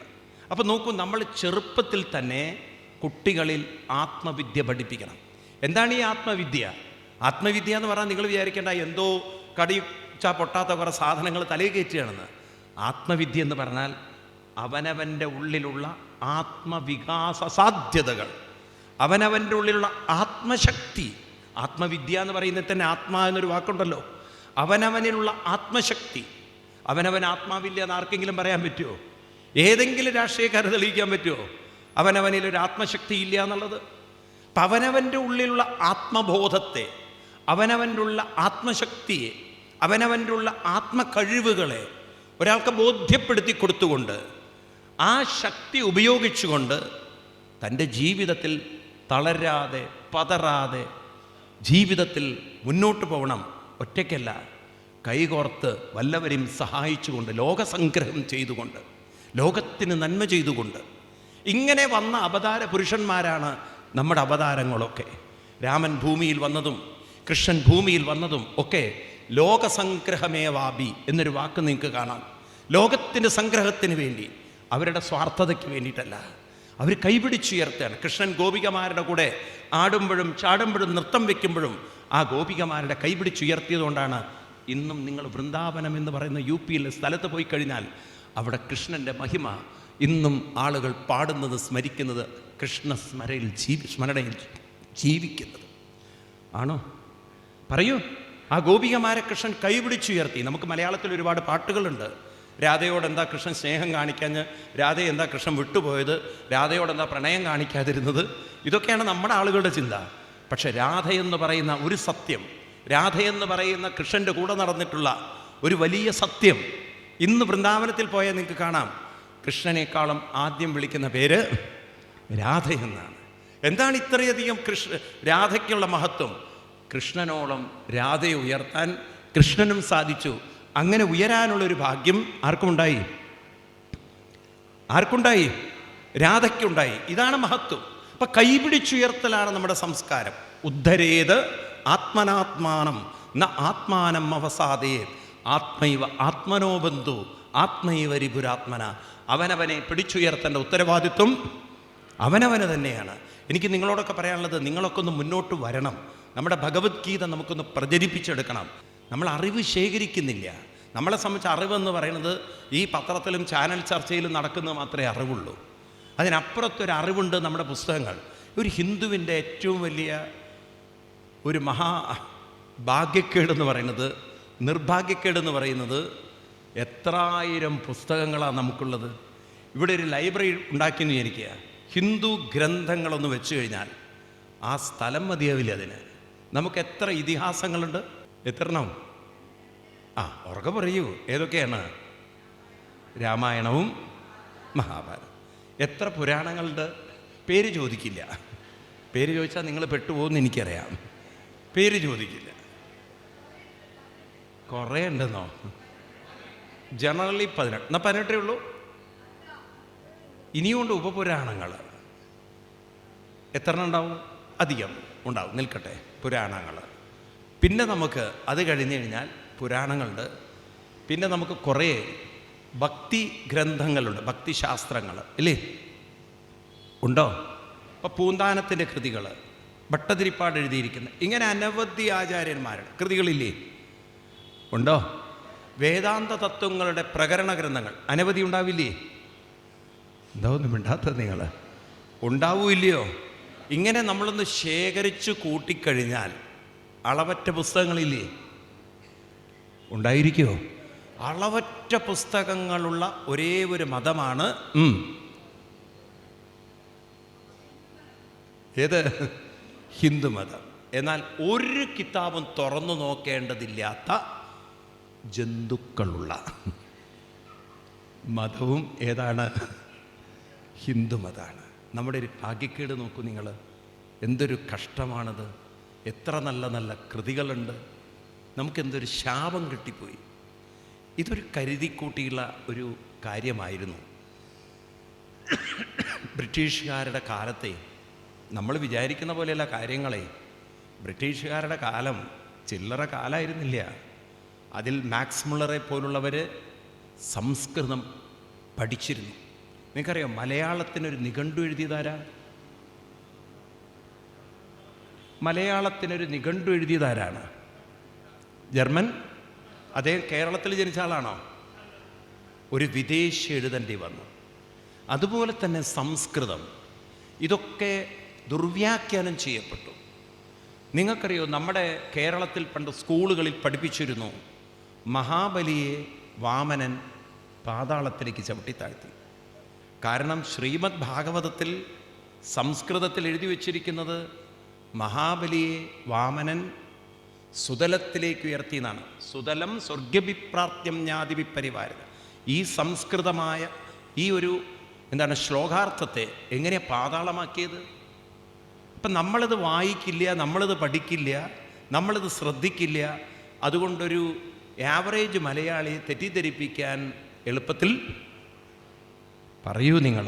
അപ്പം നമ്മുടെ അറിവിനെ, ഋഷിവര്യന്മാർ തന്ന അറിവിനെ ദുർവ്യാഖ്യാനം ചെയ്തും വളച്ചു കെട്ടി തെറ്റായി ഇവിടെ നമ്മുടെ മുന്നിൽ അവതരിപ്പിച്ചപ്പോൾ നമ്മളിത് ചതിയാണെന്ന് പോലും അറിഞ്ഞില്ല. ഇതൊന്ന് കണ്ണു തുറന്ന് കാണണ്ടേ? എന്താണ് ഋഷി എഴുതി വച്ചിരിക്കുന്നത് സത്യം അറിയണ്ടേ? ഉറക്കെ പറയൂ നിങ്ങൾ. ഇതൊന്ന് മനസ്സിലാക്കണ്ടേ? നമുക്ക് ഇതിലേക്കൊന്ന് ഇറങ്ങി വരണ്ടേ? നമ്മൾ ഇനി വളർന്നു വരുന്ന കുട്ടികൾ അവർ ഈ സംസ്കാരത്തെ മനസ്സിലാക്കിക്കൊണ്ട്, ഇതിൻ്റെ മഹത്വം മനസ്സിലാക്കിക്കൊണ്ട്, ഇതിനും വലിയ മാനേജ്മെൻറ്റ് ലോകത്തിലില്ല. ഇന്ന് ഭാരതത്തിൻ്റെ ഈ സംസ്കൃതി ഉൾക്കൊള്ളാനാണ് പാശ്ചാത്യർ ശ്രമിക്കുന്നത്. കാരണം ഭാരതം വിചാരിച്ചാൽ മാത്രമേ ലോകത്തിന് സമാധാനമുള്ളൂ എന്ന് പാശ്ചാത്യർ പറഞ്ഞു തുടങ്ങി. ഇപ്പം കഴിഞ്ഞ ദിവസം തന്നെ ഉക്രൈനിലെ വിദേശകാര്യമന്ത്രി പറഞ്ഞിട്ട് ഇവിടെ പറഞ്ഞിരിക്കുന്നത് ഭാരതം വിശ്വഗുരുവാണെന്നാണ്. നിങ്ങൾ വിചാരിക്കണം സമാധാനം കിട്ടണമെങ്കിൽ. കാരണം ഈ ലോകത്തിൻ്റെ ഒരു ശബ്ദം ഭാരതമായി കൊണ്ടിരിക്കുകയാണ്. എന്തുകൊണ്ടറിയോ? ഭാരതത്തിന് സ്വാർത്ഥതയില്ല. ഭാരതം ആരുടെയും രാജ്യം കെട്ടിപ്പിടിച്ചിട്ടില്ല, അല്ലെങ്കിൽ വെട്ടിപ്പിടിച്ചിട്ടില്ല, ആക്രമിച്ചിട്ടില്ല. ഭാരതം ആരുടെയും കാര്യത്തിൽ അനാവശ്യമായി ഇടപെട്ടിട്ടില്ല. ഇത് ഇന്നും ഇന്നലെയും തുടങ്ങിയതല്ല. ചിരപുരാതന കാലം മുതൽക്ക്. അല്ലെങ്കിൽ ഉണ്ടല്ലോ, തന്നെ ആക്രമിക്കാൻ വന്നൊരു വാവരെ അയ്യപ്പസ്വാമി മുന്നിലിരുത്തണമെങ്കിൽ എത്ര നിസ്വാർത്ഥ മനസ്സായിരിക്കണത്, എത്ര നിരഹങ്കാര മനസ്സായിരിക്കണം. അവിടെയാണ് നമ്മളെ പഠിപ്പിക്കുന്നത്, എൻ്റെ ഉള്ളിലും നിൻ്റെ ഉള്ളിലും ഇരിക്കുന്ന ആത്മചൈതന്യം ഒന്നാണെന്ന അറിവിൽ ജീവിച്ചവരായിരുന്നു ഭാരതീയർ. അതാണ് ഭാരതത്തിൻ്റെ മഹത്വം. അതുകൊണ്ട് തന്നെയാണ് ലോകാ സമസ്ത. ഏത് മതത്തിലുണ്ട് ഇങ്ങനെ ഒരു പ്രാർത്ഥന? സർവേഷാം സ്വസ്തിർഭവതു. ഒരു മതത്തിൽ നിങ്ങൾ കാണിച്ചു തരൂ. ലോകാ സമസ്ത. നമ്മളുണ്ടല്ലോ, കുട്ടികളെ കൊണ്ട് ബ്രഹ്മചര്യം കഴിയുമ്പോൾ കുട്ടികൾ ചെറുപ്പത്തിൽ തന്നെ ഗായത്രി മന്ത്രം ചൊല്ലണം എന്നാണ്. ഇപ്പം ഈ ഗായത്രി മന്ത്രത്തിൽ തന്നെ പറയണത് ഓം ഭൂർഭുവസ്വ ചൊല്ലു, തത് സവിതൂർവരേണ്യം. ഞാൻ പറഞ്ഞ് റിപ്പീറ്റ് ചെയ്യല്ല, അത് ചൊല്ലു. ഭർഗോ ദേവസ്യ ധീമഹി ധിയോ യോ ന പ്രജോ. എന്താ ന എന്നുള്ള വാക്കുകൊണ്ട് അർത്ഥമാക്കുന്നത് ആരെങ്കിലും മനസ്സിലാക്കിയിട്ടുണ്ടോ? നമ്മൾ ഹിന്ദുവിന് ചിലപ്പം വിവരക്കേട് കൊണ്ട് തെറ്റായിട്ടും പറയും. ഈ ധിയോ യോ ന പ്രചോദയ എന്നുള്ളത് അതിന് രണ്ടർത്ഥമുണ്ട്. ധിയോ യോ ന എന്നത് താഴ്ത്തി ശബ്ദം ഉച്ചരിച്ചാൽ, ന എന്നത് നിഷേധാത്മകം കൂടിയാണ്. ന എന്നത് ഉച്ചരിക്കുമ്പോൾ നഹ നഹ എന്നുള്ള രണ്ട് കുത്ത്. അപ്പോൾ അത് തമിഴ് സംസ്കാരം, ഈ ഉത്തരേന്ത്യ വൈദിക സംസ്കാരത്തിൽ അവർ നഹ എന്ന് പറയും. പക്ഷേ കേരളത്തിൽ അത് പഴയകാലം മുതൽക്ക് ന എന്നുള്ളൊരു അതിനൊരു ദൃഢത കൊടുത്തുകൊണ്ട് ആ ഒരു ദൃഢതയിൽ ചൊല്ലുമ്പോൾ അതിൻ്റെ അർത്ഥം നഹ എന്ന് പറഞ്ഞാൽ എല്ലാവരുടെയും എന്നാണ്. എന്താണ്? എല്ലാവരുടെയും ബുദ്ധിയെ പ്രകാശിപ്പിച്ചാലും. എന്നാന്ന് താഴ്ത്തി പറഞ്ഞാലോ, എൻ്റെ ബുദ്ധി ഒരിക്കലും നേരെയാക്കരുത് എന്ന്, എൻ്റെ ബുദ്ധി നേരെയാക്കരുത്. അപ്പോഴും നോക്കൂ നിങ്ങൾ, സ്വാർത്ഥതയല്ല. ഞങ്ങളുടെ ബുദ്ധി ഉയർത്തിയാലോ സഹനാവവതു. വേദമന്ത്രങ്ങളല്ലേ സഹനാവ്. സഹ എന്ന് പറഞ്ഞാൽ എന്താർത്ഥം? എൻ്റെ എന്നാണോ? എല്ലാവരുടെയും. ഈ വിശാലത, ഈ നിസ്വാർത്ഥത ഭാരതത്തിലില്ലേ? പറയൂ നിങ്ങൾ. അതുകൊണ്ട് തന്നെയാണ് ഭാരതത്തിനൊരു വിശ്വഗുരുവാവാൻ സാധിക്കുന്നത്. എല്ലാവരെയും ഉൾക്കൊള്ളാൻ സാധിക്കുന്ന, എല്ലാവർക്കും നന്മ വരട്ടെ എന്ന് ആഗ്രഹിക്കുന്ന ഒരേ ഒരു സംസ്കാരം ലോകത്തിലുണ്ടെങ്കിൽ എവിടെയാണുള്ളത്? ഭാരതത്തിനുള്ളതാണ്. ഭാരതത്തിൻ്റെ സംസ്കൃതി ആരെയും നശിപ്പിക്കുന്നതല്ല, ആരുടെയും സമ്പത്ത് അപഹരിക്കുന്നതല്ല. ഉപനിഷത്തുക്കളിൽ ശ്രേഷ്ഠമായ ഈശാവാസ്യ ഉപനിഷത്ത് തുടങ്ങുന്നത് ഈശാവാസ്യമിതം സർവം യത്കിഞ്ച ജഗത്യാം ജഗത് തേന തെക്തേന പുഞ്ചീത മാ കൃത കസ്യ സിദ്ധനം, മാ കൃത കസ്യ സിദ്ധനം. കസ്യ ആരുടെയും ധനം നാം നമ്മുടേതാക്കി മാറ്റരുത് എന്ന് പറയുന്നൊരു വിശാലത, അത് ഭാരതത്തിൻ്റെ ചിരപുരാതന കാലം മുതൽക്കുള്ള സംസ്കൃതിയാണ്. എനിക്ക് നിങ്ങളോട് പറയാനുള്ളത്, കേരളത്തിലെ ചില രാഷ്ട്രീയക്കാരുടെ ധാരണയുണ്ട്, ഞാൻ ആരെയും കുറ്റം പറയല്ല, ഈ ജനാധിപത്യം, മതേതരത്വം, സോഷ്യലിസം എന്നൊക്കെ പറഞ്ഞ് ഇവർ കൊണ്ടുവന്നാണെന്ന്. അത് ഇവരുടെ ഔദാര്യം പോലെയാണ് ഇപ്പം നമ്മളെ പഠിപ്പിച്ചിരിക്കുന്നത്. രാഷ്ട്രീയമൊക്കെ ഈ കേരളത്തിലോ അല്ലെങ്കിൽ ഇന്ത്യയിലോ വന്നിട്ട് 150 പോട്ടെ 125 വർഷമായിട്ടുണ്ടോ എന്ന് പറഞ്ഞാൽ സംശയമാണ്. ഇന്ത്യക്ക് സ്വാതന്ത്ര്യം കിട്ടിയിട്ട് എത്ര വർഷമായി? എത്ര വർഷം? ഒരു 75 വർഷമായിട്ടുള്ളൂ. ഒരു 75നോട് വേണമെങ്കിൽ ഒരു 50 കൂടി ചേർത്തോളൂ. ഇവരൊക്കെ വന്നു എന്നങ്ങോട്ട് വിചാരിക്കുക. എത്രയായി? 125. ഈ രാഷ്ട്രീയങ്ങളൊക്കെ കേരളത്തിലോ ഇന്ത്യയിലോ വന്നിട്ട് എത്ര വർഷം? ഉറക്കെ പറയൂ. 125 വർഷമായിട്ടുള്ളൂ. എന്നാൽ നമ്മുടെയൊക്കെ മുത്തശ്ശന്മാരോട് ചോദിച്ചാൽ അവർ പറയും, മാവേലി നാടുവാണിടും കാലം മനുഷ്യരെല്ലാരൂ. ഈ സോഷ്യലിസം, എല്ലാവരെയും ഒരുപോലെ കാണുന്ന, കള്ളവും ചതിയും വഞ്ചനയും ഇല്ലാത്ത സംസ്കാരം രാഷ്ട്രീയക്കാരൻ്റെ ഔദാര്യമാണോ? അല്ല, നിങ്ങൾ സത്യം പറയൂ, ഇത് രാഷ്ട്രീയക്കാർ തന്നതാണോ? എന്താ ഒന്നും മിണ്ടാത്തത് നിങ്ങൾ? അയ്യപ്പസ്വാമി തൻ്റെ മുന്നിൽ കറുപ്പസ്വാമിയെയും കാട്ടിലുള്ളവരാണ്, ആണോ? മാളികപ്പുറത്തമ്മയെയും ആണോ? മാളികപ്പുറത്തമ്മയുടെ ചരിത്രം എടുത്ത് നോക്കി കഴിഞ്ഞാൽ മഹിഷിയാണ് പിന്നീട് ആരായത്? മാളികപ്പുറമായത്. ഈ തരത്തിൽ എല്ലാവരെയും ഉൾക്കൊള്ളുന്ന, എല്ലാവരെയും ബഹുമാനിക്കുന്ന ഒരു സംസ്കാരം നിങ്ങൾ നോക്കൂ. രാമായണത്തിൽ കാണാം. രാമായണത്തിലും ശ്രീരാമസ്വാമി സുഗ്രീവനെ ഉൾക്കൊള്ളുന്നുണ്ട്, ബാലിയെയും ഉൾക്കൊള്ളുമായിരുന്നു. ബാലി തെറ്റിദ്ധരുത്താൻ തയ്യാറുണ്ടെങ്കിൽ ബാലിയെയും ഉൾക്കൊള്ളുമായിരുന്നു. ഉണ്ടോ? തെറ്റിദ്ധരുത്താൻ ബാലിക്ക് അവസരം കൊടുത്തിട്ടുണ്ടോ? ഉണ്ട്. അതുപോലെ രാവണന് അവസരം കൊടുത്തിട്ടുണ്ടോ? ദൂതന്മാർ ചെന്ന് പറഞ്ഞിട്ടുണ്ടോ? കയറി അങ്ങോട്ട് ആക്രമിച്ചതാണോ? ഇങ്ങനെ ആ തരത്തിലുള്ള രാക്ഷസ വംശത്തിൽപ്പെട്ട, അന്ന് വേറെ മതങ്ങളില്ല, അവരൊക്കെ ആദരവോടെ ബഹുമാനത്തോടെ സ്വീകരിച്ച് ഉൾക്കൊണ്ട് അംഗീകരിച്ചിരുന്നോ രാമൻ? ഉണ്ടോ? നിങ്ങൾ അതിനെ മതേതരത്വം എന്ന് വിളിക്കുകയാണെങ്കിൽ അത് രാഷ്ട്രീയക്കാരൻ്റെ ഔദാര്യമാണോ? എനിക്കിത്രേ അറിയേണ്ടതുള്ളൂ. ആണോ? ഇപ്പം രാഷ്ട്രീയക്കാരൻ വരുന്നതിന് മുമ്പ് ഈ രാജ്യത്തിൽ മതേതരത്വമുണ്ട്, ജനാധിപത്യമുണ്ട്. ഇനി നോക്കൂ നിങ്ങൾ, ജനാധിപത്യം എന്ന് പറഞ്ഞാൽ മനുഷ്യർക്ക് സംസാരിക്കാനുള്ള സ്വാതന്ത്ര്യം, അതല്ലേ ജനാധിപത്യത്തിൻ്റെ മഹത്വം? ആണോ? ഭാരതത്തിൽ നോക്കൂ നിങ്ങൾ, അവിടെയൊക്കെയാണ് നമ്മൾ ഈ വേദത്തിലൊക്കെ നോക്കേണ്ടത്, പഠിക്കേണ്ടത്. നിങ്ങൾ വേദത്തിൽ പുരുഷനും സ്ത്രീക്കും തുല്യ സ്വാതന്ത്ര്യമുണ്ടായിരുന്നു. നിങ്ങൾ നോക്കുക, ഏതൊരു ദേവൻ്റെ കൂടെയും ഒരു ദേവതയെ വെച്ചിട്ടുണ്ടോ? ഉണ്ടോ? ഇനി നിങ്ങൾ നോക്കൂ, ഞാൻ രാമായണവും നിങ്ങൾ വേദത്തിലേക്ക് നോക്കണ്ട, നിങ്ങൾ രാമായണത്തിലേക്കും ഭാഗവതത്തിലേക്കും നോക്കുക. സ്വതന്ത്രമായിട്ട് രാമായണത്തിൽ നോക്കിക്കഴിഞ്ഞാൽ ശ്രീരാമസ്വാമിയോട് ഈക്വലി സംവദിക്കാൻ കാട്ടിൽ ജനിച്ച ഒരു ശബരി ദേവിക്ക് അന്ന് സാധിക്കുമായിരുന്നു. രാമൻ ശബരിയെ കാണുന്നു. ശ്രീരാമസ്വാമി നോക്കൂ, ബാലിയെ വധിച്ച് താരയോട് സംവദിക്കുകയാണ്. ഉണ്ടോ? ആ താരയുടെ മനസ്സിനെ പിടിച്ചുയർത്തുകയാണ്. ഉണ്ടോ ഇല്ലയോ? ശ്രീരാമസ്വാമി മണ്ഡോദരിയോട് സംസാരിക്കുന്ന രംഗം കാണാം. ഉണ്ടോ? ഇതൊക്കെ നിങ്ങൾക്ക് കാണാൻ സാധിക്കുന്നത് ഭാരതത്തിൽ സ്ത്രീകൾക്ക് എവിടെ ജനിച്ചവരായാലും സംസാരിക്കാനും അഭിപ്രായം പറയാനും, ഉറക്കെ പറയൂ. ഇനി കൃഷ്ണൻ നോക്കൂ, അവതാര പുരുഷനാണ്. എട്ടും പൊട്ടും തിരിയാത്ത ഗോപികമാരുടെ ഇടയിൽ ചെന്ന് ആ ഗോപികമാരെ കൃഷ്ണനോട് സംവദിച്ചിട്ടുണ്ടെങ്കിൽ ഇവിടെ സ്ത്രീകൾക്ക് അഭിപ്രായ സ്വാതന്ത്ര്യം ഉണ്ടായിരുന്നില്ലേ? ഇനി സ്ത്രീകൾ മാത്രമല്ല, ഏത് തലമുറ എങ്ങനെയുള്ളവരായാലും ശരി, എത്ര സ്വാതന്ത്ര്യം ഇവിടെ ഉണ്ടായിരുന്നു. ഒരു വലിയ ബ്രാഹ്മണനോട് മഹാഭാരതത്തിൽ പറയുന്നത്, തനിക്ക് ആത്മജ്ഞാനം കിട്ടണമെങ്കിൽ ധർമ്മവ്യാധൻ്റെ അടുത്ത് എന്ന് പോയി പഠിക്കൂ എന്നാണ്. ധർമ്മവ്യാധൻ എന്ന് പറഞ്ഞാൽ മാംസം വിൽക്കുന്നവനാണ്. ഒരു മാംസം വിൽക്കുന്നതിൻ്റെ അടുത്ത് എന്ന് അറിവ്, ആത്മജ്ഞാനം പകർന്നു കൊടുക്കുന്ന സംസ്കാരം നമുക്കുണ്ട്. നിങ്ങൾക്ക് കാണാം, യോഗവാസിഷ്ഠത്തിൽ സ്ത്രീകളാണ് ആത്മവിദ്യ ഉപദേശിക്കുന്നത്. ആത്മവിദ്യ ഉപദേശിക്കുന്ന സ്ത്രീകൾ ഭാരതത്തിലുണ്ടായിരുന്നു. യോഗവാസിഷ്ഠം നിങ്ങൾക്ക് എത്ര കൃതികൾ വേണം കാണാൻ, എടുത്തു പഠിച്ചു നോക്കൂ നിങ്ങൾ.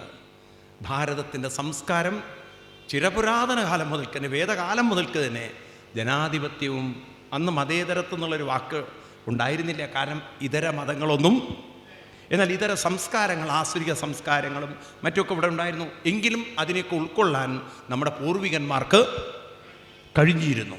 അപ്പം ഈ വിശാലത ഇതൊരു രാഷ്ട്രീയക്കാരിൽ നിന്നും കിട്ടിയതാണോ? എന്താ ഒന്നും മിണ്ടാത്തത് നിങ്ങൾ? അത് നമ്മൾ പറയണം. നിങ്ങളുടെ ഔദാര്യമേ അല്ല ഇത് നിങ്ങൾ തന്നതല്ല. പക്ഷേ ഇവരുടെയൊക്കെ അവതരണം കണ്ടു കഴിഞ്ഞാൽ നമ്മളെന്താ വിചാരിക്കുക? ഇവർ വന്നതിന് ശേഷമാണ് ഇതൊക്കെ ഇവിടെ ഉണ്ടായത് എന്നുള്ളതാണ്. എന്നാൽ ഇവരുമായിട്ട് ഇതിന് യാതൊരു ബന്ധവുമില്ല. ശ്രീമദ് ഭാഗവതവും രാമായണവും ഒക്കെ വായിക്കണം നമ്മൾ. ശ്രീമദ് ഭാഗവതമൊക്കെ വായിക്കുമ്പോണ്ടല്ലോ നമ്മൾ കരഞ്ഞു പോവും, കണ്ണ് നിറഞ്ഞു പോവും. ശ്രീകൃഷ്ണ ഭഗവാൻ ഉദ്ധവരോട് പറയാണ് അവസാനം, അദ്ദേഹം കൃഷ്ണനെ വിട്ടു പിരിഞ്ഞു പോവുകയാണ്. ഹേ ഉദ്ധവ, നമസ്കരിക്കൂ എന്നാണ്. ആരെയാണ് നമസ്കരിക്കേണ്ടത്? ആരെയാണ് നമസ്കരിക്കേണ്ടത്? വഴിയിൽ കാണുമ്പോൾ നീ നമസ്കരിക്കണം. സ്ത്രീകളെ നമസ്കരിക്കണം, ചണ്ടാളരെ നമസ്കരിക്കണം. എന്ന് വെച്ചാൽ ചണ്ടാളരെ നമസ്കരിക്കണം എന്ന് പറഞ്ഞാൽ അന്നും ഒരു വളരെ ഏറ്റവും ഒരു താഴ്ന്ന നിലവാരത്തിൽ ജീവിക്കുന്ന ആളുകൾ ഉണ്ടായിരുന്നു. അവരിലും ആത്മാവിനെ കാണണം. അവരെയും പ്രണമത് ഭൂമോ ദണ്ഡവത് ഭൂമോ ആശ്വചണ്ടാളഗോകരം, കഴുതകളെ കണ്ട നമസ്കരിക്കണം. മനസ്സിലായില്ലേ? ബ്രഹ്മണ്യർക്കേ സ്ഫുലിംഗേ, എന്താണ്, ബ്രാഹ്മണരെ കണ്ടാൽ, അതുപോലെ തന്നെ അല്ലാത്ത സാധാരണ ജനങ്ങളെ കണ്ടാൽ, അതായത് ഒരു വേർതിരിവും വേണ്ട എന്ന് പറയുന്ന എല്ലാവരെയും നമസ്കരിക്കണം. വീണ്ടും ഒരു ശ്ലോകം കൽപ്പിച്ചു തരാം. ഒരമ്മയ്ക്ക് പറഞ്ഞു കൊടുക്കുകയാണ് മകൻ, രാവിലെ എണീറ്റ് കഴിഞ്ഞാൽ അമ്മയെ ഒന്ന് ചൊല്ലിക്കോളൂ മനസ്സിൽ. എന്താണ് ചൊല്ലേണ്ടത്? ഞാൻ എല്ലാ സർവചരാചരങ്ങളെയും ഞാൻ മനസാ ഏതാനി ഭൂതാനി പ്രണമേത്. മനസാ ഏതാനി, മനസാ എൻ്റെ മനസ്സുകൊണ്ട്, ഏതാനി ഭൂതാനി പ്രണമേത്, ഞാൻ എൻ്റെ മനസ്സുകൊണ്ട് എല്ലാ ഭൂതങ്ങളെയും സർവചരാചരങ്ങളെയും നമസ്കരിക്കുന്നു. ഇത് ഭാരതത്തിൻ്റെ സംസ്കാരമാണ്.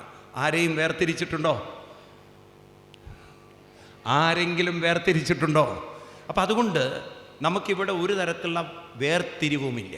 പിന്നെ ഇവിടെ ആകെ പറയാനുള്ളൊരു സാധനം ജാതിയാണ്. ഈ ജാതി എന്ന് പറയുന്നത് ഏറെ തെറ്റിദ്ധരിച്ചതുമാണ്. നോക്കൂ, അത് നമ്മളുണ്ടല്ലോ, രാഷ്ട്രീയക്കാർ ഇപ്പോഴും അതിൽ തൂങ്ങിക്കിടക്കുകയാണ്. കാരണം അത് അവർക്കൊരു വോട്ട് ബാങ്കാണ്. ആ ചതി നമ്മൾ മനസ്സിലാക്കണം. ഒരിക്കലും ജാതീയതയുടെ ഒരു അതിർവരമ്പ് ഭാരതത്തിൽ പണ്ട് കാലം ഉണ്ടായിരുന്നില്ല.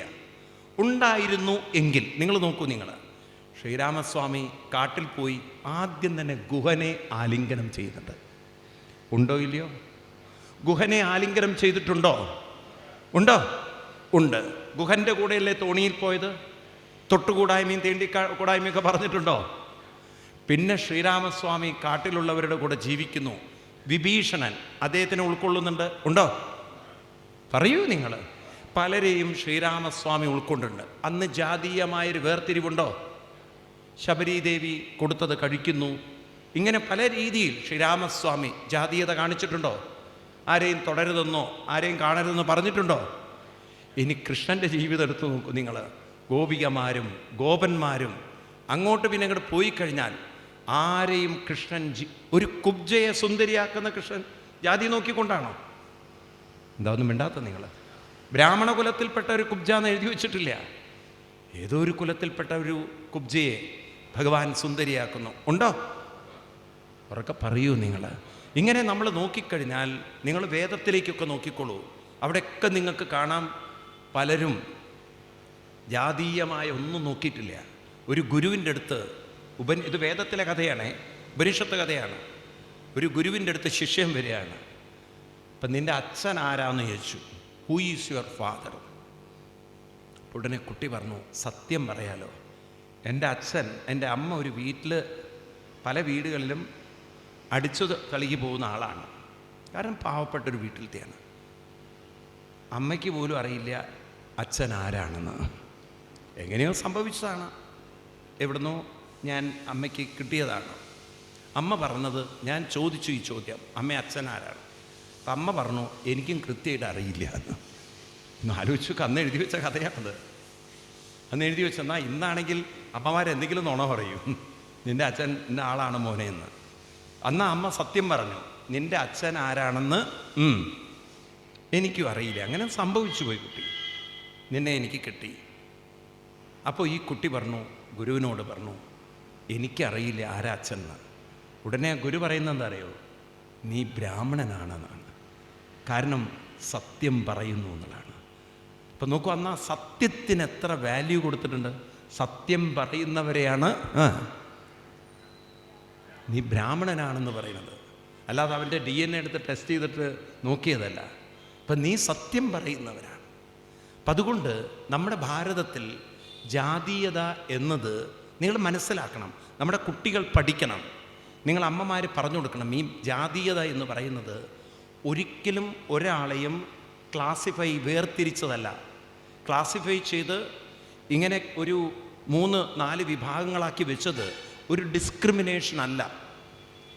പിന്നെ എന്തിനത് എഴുതി വെച്ചു ചോദിച്ചു കഴിഞ്ഞാൽ, ഇത് ഓരോ വ്യക്തിയിലും ആത്മശക്തി തുല്യമാണ്. ഓരോ വ്യക്തിയിലും ആത്മസാധ്യതകൾ കൂടുതലാണ്. പക്ഷേ പലരുടെയും ആ ഗുണശക്തികൾ മറഞ്ഞു കിടക്കുകയാണ് അവരിലുള്ള ഗുണത്തിൻ്റെ പ്രത്യേകത കൊണ്ട്.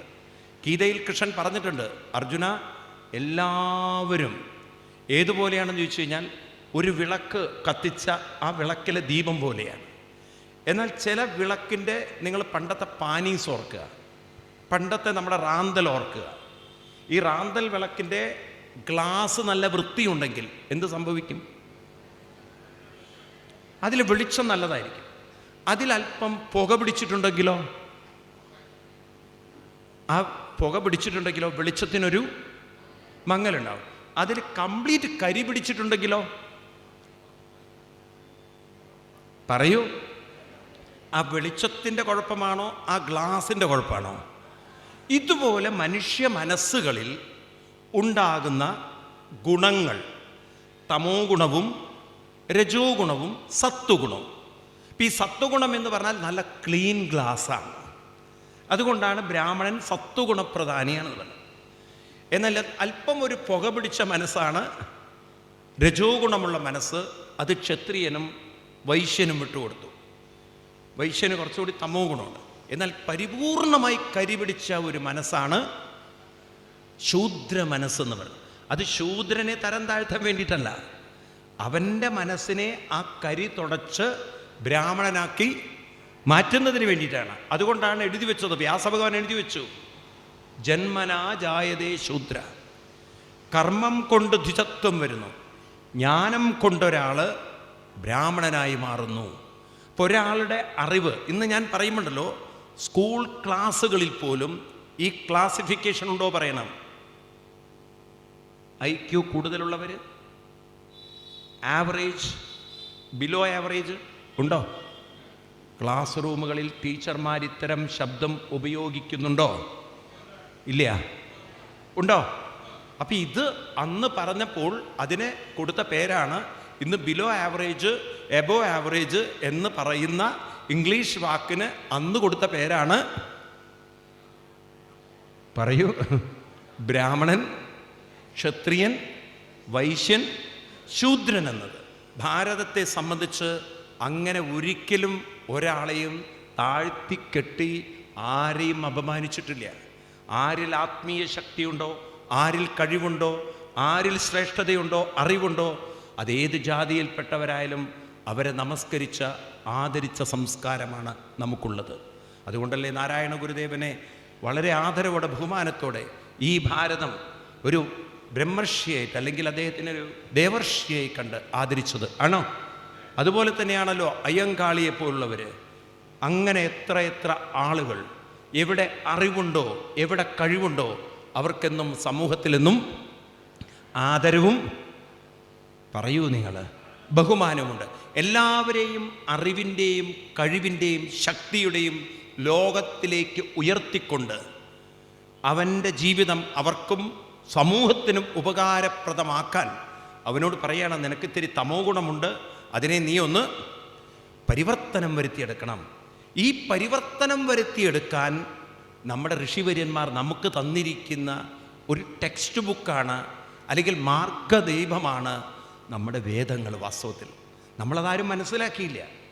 ഈ വേദം എന്ന് പറയുന്നത് നമ്മൾ വിചാരിച്ചു അത് വെറുതെ ഉച്ചരിച്ച് ചൊല്ലാനുള്ളതാണ്.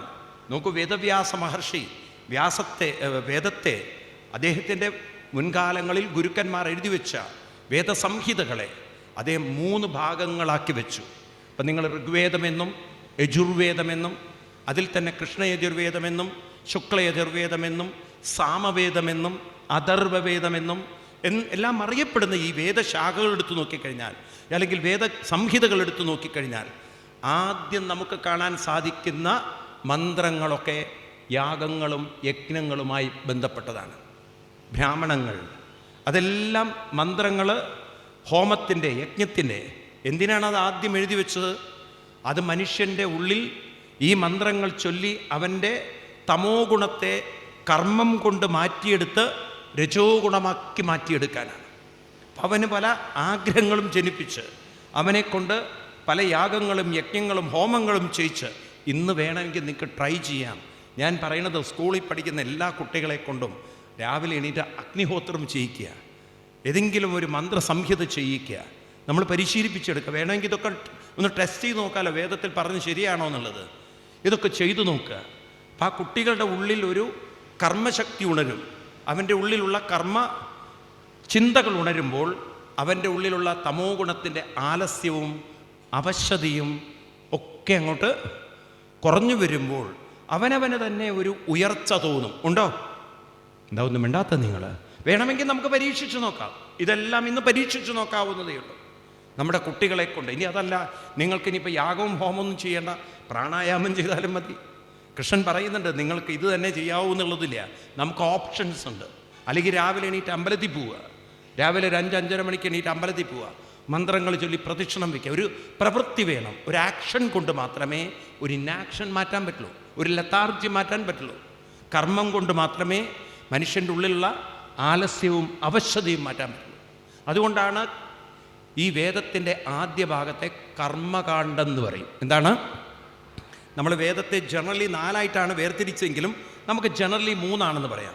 ആദ്യത്തെ ഭാഗത്തെ വിളിക്കുന്ന പേര് ഉറക്കെ പറയൂ, കർമ്മഭാഗങ്ങളാണ്. കർമ്മങ്ങൾ, കർമ്മം എന്ന് പറഞ്ഞു കഴിഞ്ഞാൽ അർത്ഥം പല യാഗങ്ങളും ഹോമങ്ങളും യജ്ഞങ്ങളൊക്കെ ചെയ്യാനുള്ള ഋക്കുകളാണ്, മന്ത്രങ്ങളാണ്. ഇനി രണ്ടാമത്തെ ഒരു ഭാഗത്തെയാണ് ഉപാസനാകാണ്ഡം എന്ന് പറയുക. അവിടെയാണ് നമ്മൾ കാണുന്ന സൂക്തങ്ങളൊക്കെ ധാരാളം. പുരുഷ സൂക്തവും ഭാഗ്യസൂക്തവും ശ്രീസൂക്തവും തുടങ്ങിയ അനവധി സൂക്തങ്ങൾ നിങ്ങൾക്ക് കാണാൻ പറ്റും. ഈ ഉപാസനയുടെ ഗുണം എന്താണെന്ന് വെച്ച് കഴിഞ്ഞാൽ, കർമ്മം കൊണ്ട് മനസ്സുണരുമ്പോൾ ഇനി അതിന് ഏകാഗ്രത വേണം, ശുദ്ധീകരണം വേണം. അതിനെ സത്വഗുണത്തിലേക്ക് കൊണ്ടുവരണം. തമോ ഗുണത്തെ ഡയറക്റ്റ്ലി സത്വഗുണാക്കാൻ പറ്റില്ല, രജോ ഗുണമാക്കണം.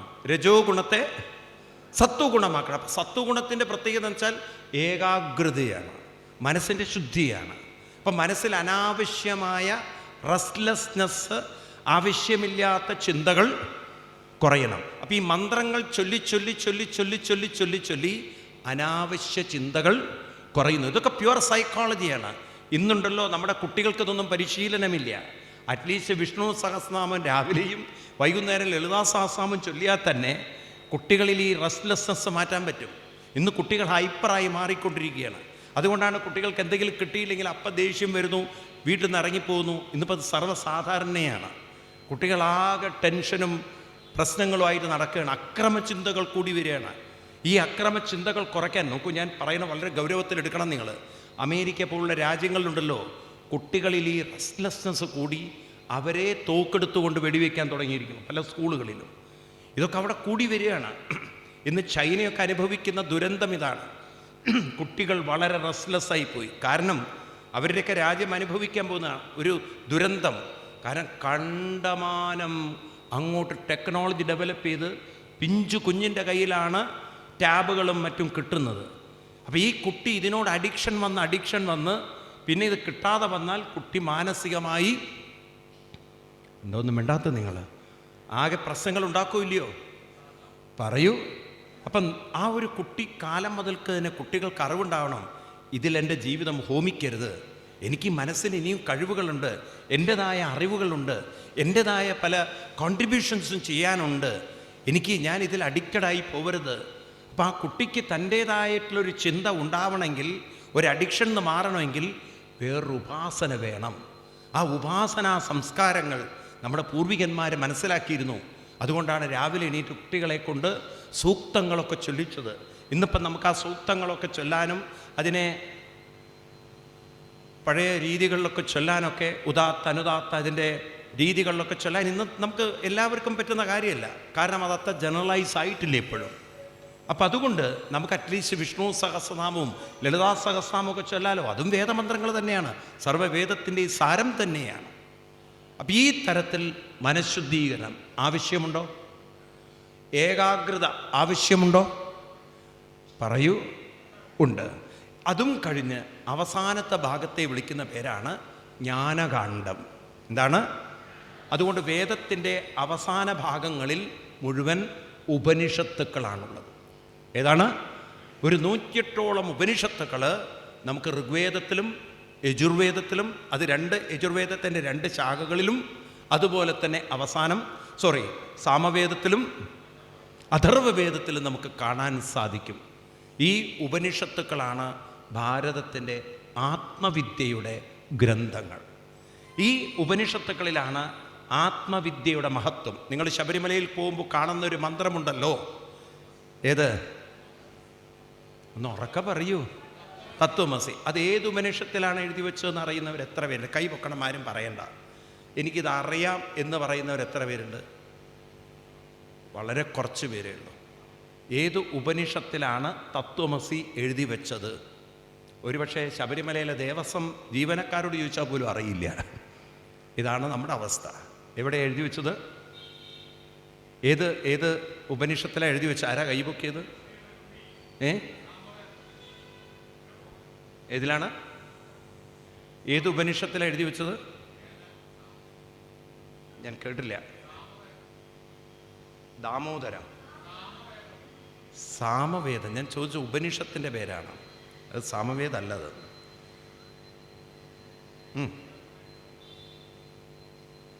അതിൻ്റെ പേര് ശാന്തോക്യുപനിഷത്ത് എന്നാണ്. ഏതാണ്?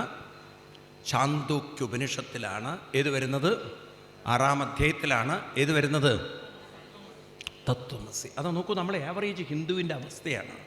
നമ്മുടെ ക്ഷേത്രങ്ങൾ, നമ്മുടെ സംസ്കാരങ്ങൾ, നമ്മുടെ മന്ത്രങ്ങൾ, ഇതൊന്നും നമുക്കൊരു പറയൂ.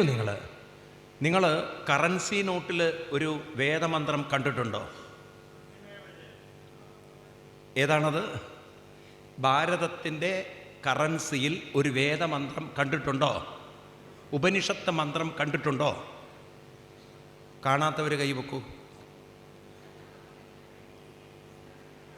കറൻസി കണ്ടിട്ടില്ല. ആകെ നോക്കിയത് അതിൻ്റെ വട്ടം എത്രയാന്നുള്ളതാണ്. നമ്പറും 0 മാത്രമേ ഞാൻ കണ്ടിട്ടുള്ളൂ സ്വാമി. ബാക്കി അങ്ങോട്ടും ഇങ്ങോട്ടും നോക്കിയിട്ടില്ല. വെറുതെ അല്ല കള്ളനോട്ട് തന്ന് പറ്റിക്കുന്നത്. അങ്ങനെ ഒരു വേദമന്ത്രം അതിൽ, ഒരു ഉപനിഷത്ത് മന്ത്രം അതിലുണ്ടോ? ഉണ്ടോ?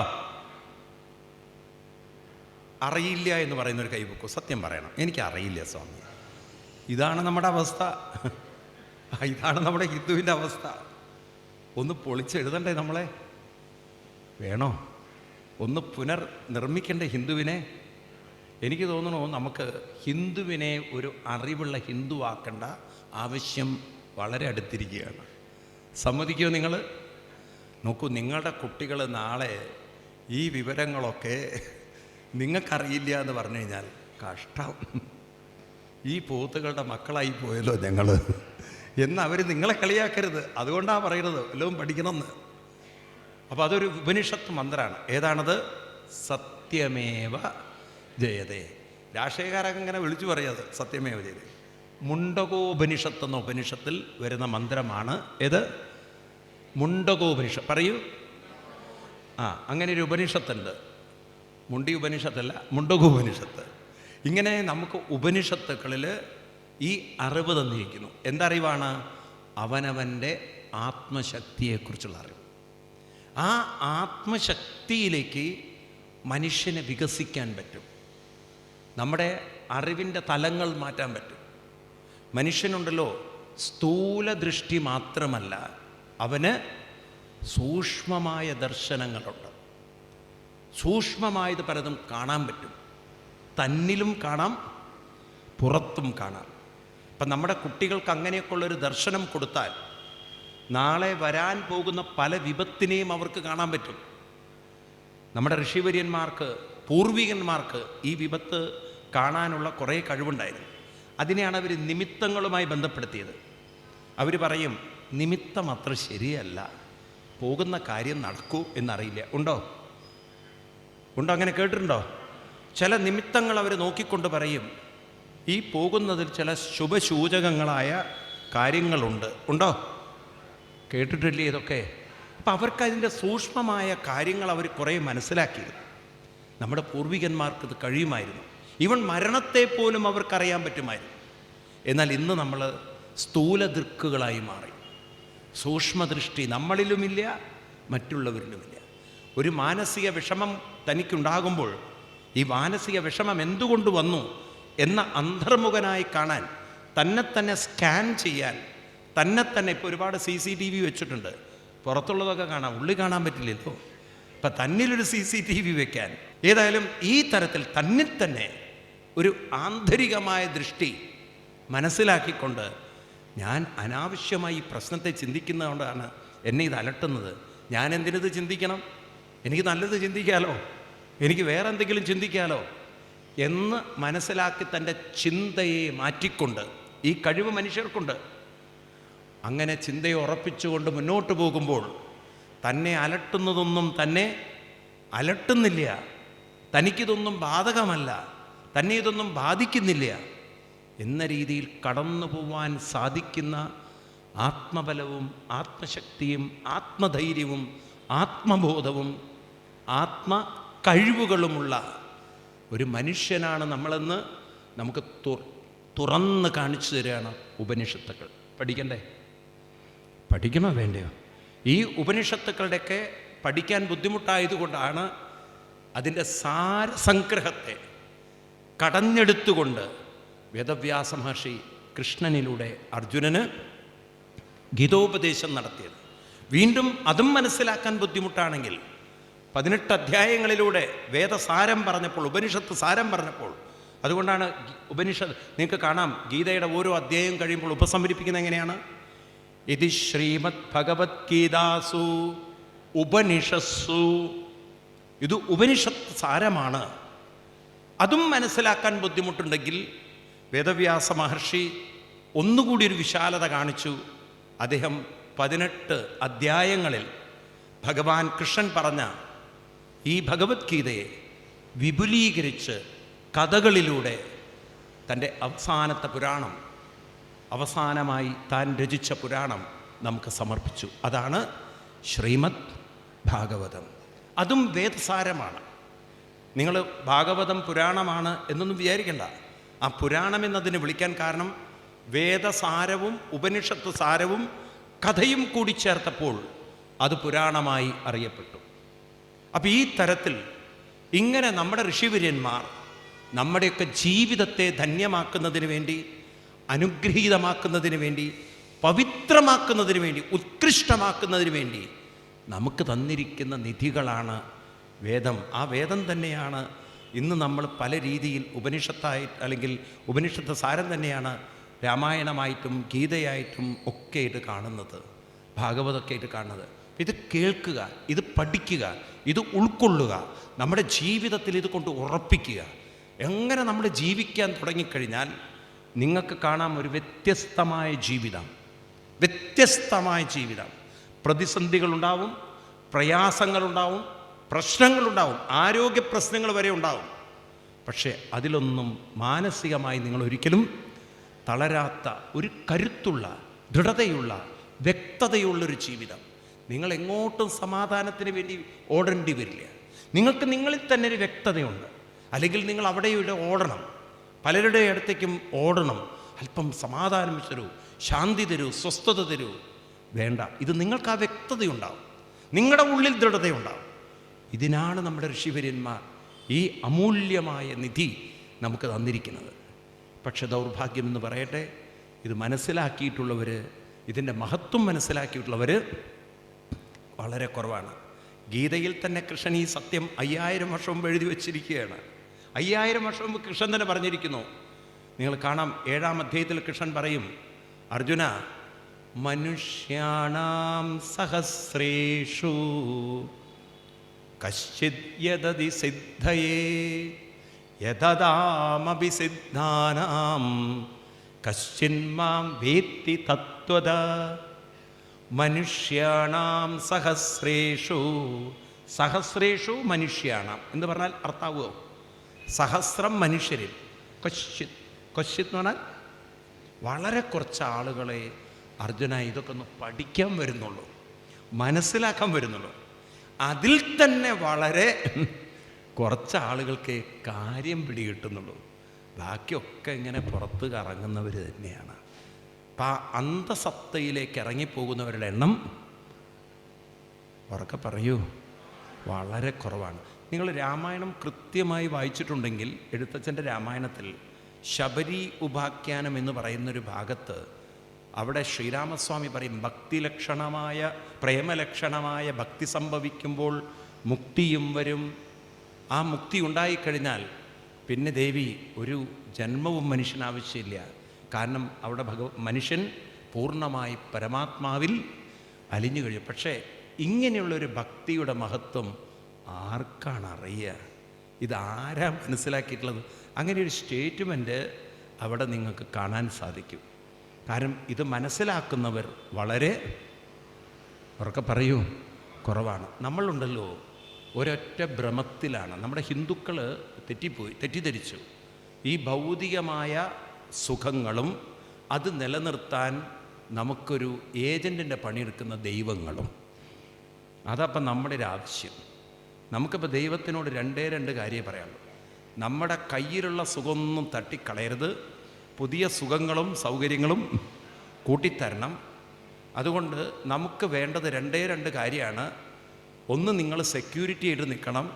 2, ആമസോണിനെ പോലെ ഞാൻ ചോദിക്കുന്നതൊക്കെ ബാക്കി നിങ്ങൾ പറഞ്ഞാൽ മതി, ഓൺലൈനായിട്ടോ അല്ലെങ്കിലോ എനിക്ക് ചോദിക്കുമ്പോഴൊക്കെ ഇങ്ങോട്ട് സപ്ലൈ ചെയ്യുക. ഈ തരത്തിലുള്ള ദൈവങ്ങളാണ് ഇപ്പം നമ്മുടെ മുന്നിലുള്ളത്. ആണോ? അതുകൊണ്ടാണ് നമ്മൾ ഗുണവും പിടിക്കാത്തത്, സത്യം പറയാലോ. കാരണം നമ്മൾ ചോദിക്കുന്നതൊന്നും തരുന്ന ഒരു ദൈവമായി നമ്മളെ ക്ഷേത്രങ്ങളിലെ ദൈവങ്ങളെ ആചാര്യന്മാർ പ്രതിഷ്ഠിച്ചിട്ടില്ല. അവർ പ്രതിഷ്ഠിച്ചില്ല.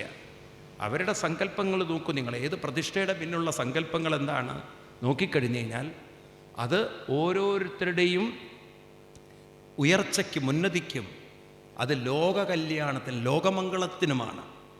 ഇപ്പോൾ ഓരോ മനുഷ്യനും ഈ ലോകത്തിൻ്റെ നന്മ എന്ന് പറയുന്നത് മനസ്സിലാക്കണം, കേവലം ഭൗതികതയിലല്ല.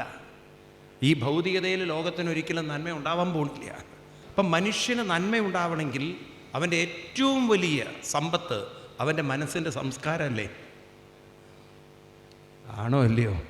ഈ സംസ്കാരമില്ലാത്തടത്ത് ഭൗതിക സമ്പത്തുണ്ടായിട്ടും അത് നമ്മുടെ വീടുകളിൽ തന്നെ നോക്കിയാൽ പോരെ, സുഡാനിലൊന്നും പോണ്ട. നമ്മുടെ വീട്ടിൽ ഉടായിപ്പ് നോക്കിയാൽ മതി. നമ്മുടെ വീട്ടിൽ നോക്കുക, എന്തിൻ്റെ കുറവാണ് ഇപ്പോൾ ഉള്ളത്? എന്തിൻ്റെ കുറവാണ് നമ്മുടെ നാട്ടിലുള്ളത്? എന്നാൽ ഏത് വീട്ടിലാണ് സമാധാനം ഉള്ളത്?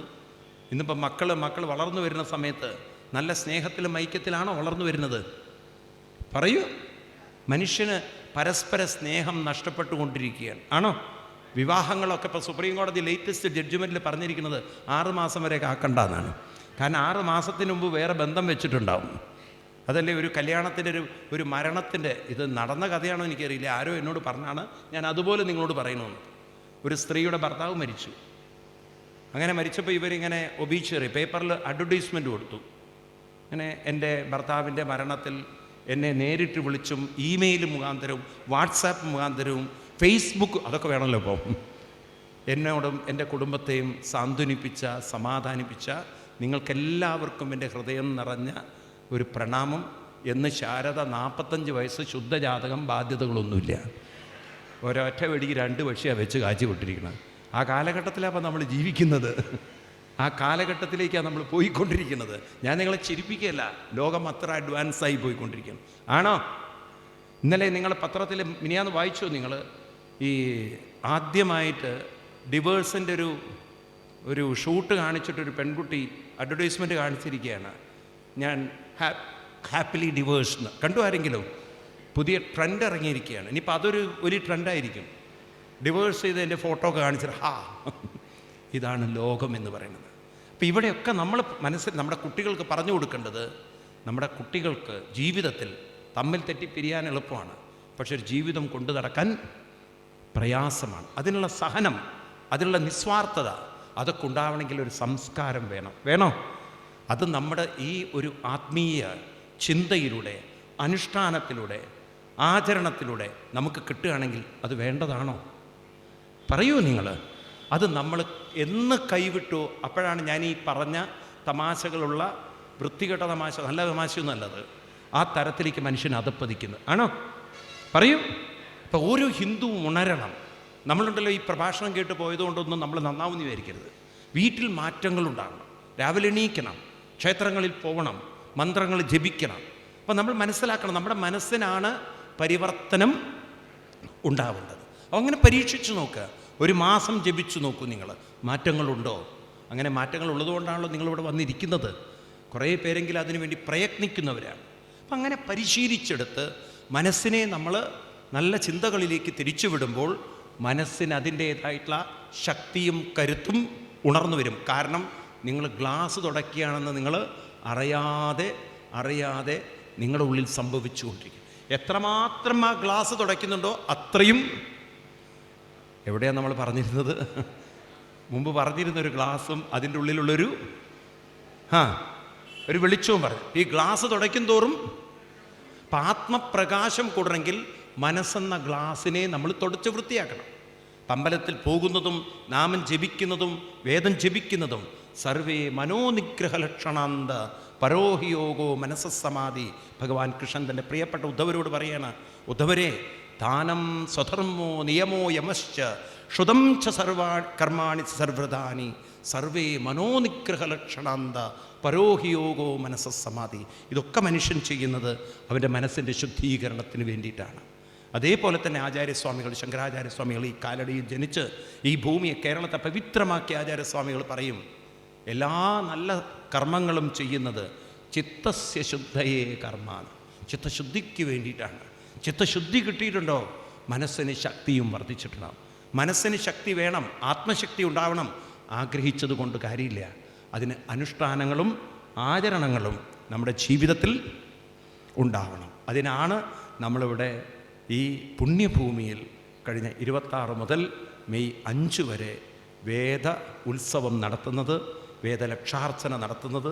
10,000-ലധികം 10,470 അല്ലേ ഋക്കുകൾ ഉള്ള ഈ വേദമന്ത്രത്തെ ആവർത്തിച്ച് ഉച്ചരിച്ച്, അങ്ങനെ അത് പറയുമ്പോൾ ഒരു പക്ഷേ നമുക്കൊന്നും മനസ്സിലാവില്ല, പക്ഷെ അന്തരീക്ഷത്തിന് അതിൻ്റേതായിട്ടുള്ളൊരു പോസിറ്റീവ് എനർജി ഉണ്ടെന്ന് യാതൊരു സംശയമില്ല. കാരണം sound is an energy and when there is A positive powerful, അതുകൊണ്ടാണ് അതിൻ്റെ ആ ഉച്ചാരണങ്ങൾ അനുദാത്തങ്ങൾ വെച്ച് ചൊല്ലുമ്പോൾ, സ്വരിച്ച് ചൊല്ലുമ്പോൾ അന്തരീക്ഷത്തിലുണ്ടാകുന്ന വൈബ്രേഷൻസ്, അതുണ്ടാക്കുന്നൊരു മാറ്റം അതൊക്കെ സത്യമാണ്. നമുക്ക് ആധുനിക ശാസ്ത്രത്തിൻ്റെ പുരോഗതിയുമായിട്ട് നമ്മൾ ഹിന്ദുക്കൾ അത്ര അങ്ങോട്ട് ഡെവലപ്പ് ചെയ്തെടുത്തിട്ട് ഇതൊരു പക്ഷേ അമേരിക്കയിലായിരുന്നെങ്കിൽ അവർ വല്ല ഇലക്ട്രോണിക് സാധനങ്ങൾ കൊണ്ടുവന്ന് അന്തരീക്ഷത്തിലുണ്ടാകുന്ന വൈബ്രേഷൻസിന് ഇപ്പോൾ നമ്മുടെ ECG റിപ്പോർട്ട് പോലെ അവർ തെളിയിക്കുമായിരുന്നു. നമുക്കതൊന്നും തെളിയിക്കാനുള്ള സംവിധാനങ്ങളില്ലാത്തതുകൊണ്ട് ഇവിടെ ആ പോസിറ്റീവ് എനർജിയുടെ ഫീൽഡ് എത്രയാണ് നമുക്ക് കണ്ടുപിടിക്കാൻ സാധാരണക്കാരന് പറ്റില്ല. പക്ഷെ അല്പം ഒരു ഉപാസന ചെയ്യുന്നവർക്ക് ആ അന്തരീക്ഷത്തിലെത്തുമ്പോൾ അത് ക്യാച്ച് ചെയ്യും ആ പോസിറ്റീവ് എനർജി. അല്പം ഒരു പോസിറ്റീവ് എനർജി മനസ്സിലുണ്ടെങ്കിൽ, അതുകൊണ്ടാണ് അങ്ങനെയുള്ള ഒരു ഡിവൈൻ സ്ഥലങ്ങളിൽ ആളുകൾ കൂടുതൽ പോകുന്നതും അവിടെ ചെല്ലുമ്പോൾ അവരുടെ മനസ്സ് അറിയാതെ എന്തു പ്രശ്നങ്ങളുണ്ടെങ്കിലും ഒരു ബ്രേക്ക് ചെയ്തവർ സഡൻ ബ്രേക്ക് ചെയ്ത പോലെ നിശ്ചലമാകുന്നതും ആ മനസ്സിന് അത് സ്വാധീനിക്കാനുള്ള കഴിവുണ്ട്. അപ്പം അതുകൊണ്ട് നമ്മുടെ മനസ്സിൽ ഇത്തരത്തിലുള്ള ഊർജ്ജശക്തികൾ, അനുഗ്രഹങ്ങൾ കിട്ടണമെങ്കിൽ നമ്മുടെ മനസ്സിനെ നമുക്ക് പ്രാപ്തമാക്കാൻ സാധിക്കട്ടെ. അതിനുള്ള ഒരു അനുഗ്രഹത്തിൻ്റെ നമുക്ക് കിട്ടിയിരിക്കുന്ന ഭാഗ്യത്തിൻ്റെ ഒരു യജ്ഞമായി നമുക്ക് ഈ വേദയജ്ഞത്തെ കാണാം. നമുക്ക് അത് ഒരുക്കിയിട്ടുള്ള ഇവിടുത്തെ സംഘാടകർക്ക് വളരെ വലിയൊരു വളരെ അഭിനന്ദനം. കാരണം വളരെ എളുപ്പമുള്ള കാര്യമൊന്നുമല്ല. അതുപോലെ അത് ചൊല്ലുന്ന ആചാര്യന്മാർ വളരെ കുറവാണ്. പുതിയ തലമുറയുള്ളവർ വളരെ കുറവാണ് ഇതിലേക്ക് വരുന്നത്. അവരെയും നമ്മൾ അഭിനന്ദിക്കണം. കാരണം ഈ സംസ്കൃതി കൊണ്ടു നടക്കുന്ന ആചാര്യന്മാർ, അതുപോലെ കേൾക്കാൻ വന്ന നിങ്ങളെപ്പോലുള്ള സുഹൃതികളെയും അഭിനന്ദിക്കുന്നു. കാരണം ഇതിൻ്റെ വില അറിയുന്നവർ വളരെ കുറവാണ്. കൂടുതലും ആളുകളും ഇതിനെ സാധാരണ എവിടെയൊരു മന്ത്രം നടക്കുന്നു, മന്ത്രം ചൊല്ലുന്നു എന്നുള്ള രീതിയിൽ കാണുന്ന ആ രീതിയിൽ അതിനെ വിലമതിക്കാതെ പോകുന്നവരാണ്. ഇതിൻ്റെ വില മനസ്സിലാക്കുന്നവർ വളരെ കുറവാണ്. അതുകൊണ്ട് ഈ പുണ്യഭൂമിയിൽ വരാനും നിങ്ങളെ കാണാനും ഈ ഒരു പവിത്ര ഭൂമിയിൽ അല്പനേരം എനിക്കറിയുന്നത് നിങ്ങളുമായി പങ്കുവയ്ക്കാനും എനിക്ക് സാധിച്ചതിന് ശ്രീ ആദരണീയനായ നാരായൺജി, ഇതിൻ്റെ സംഘാടകർ, അതുപോലെ വന്നിരിക്കുന്ന വൈദികന്മാർ, നിങ്ങൾക്കെല്ലാവർക്കും എൻ്റെ കോടിക്കോടി പ്രണാമം.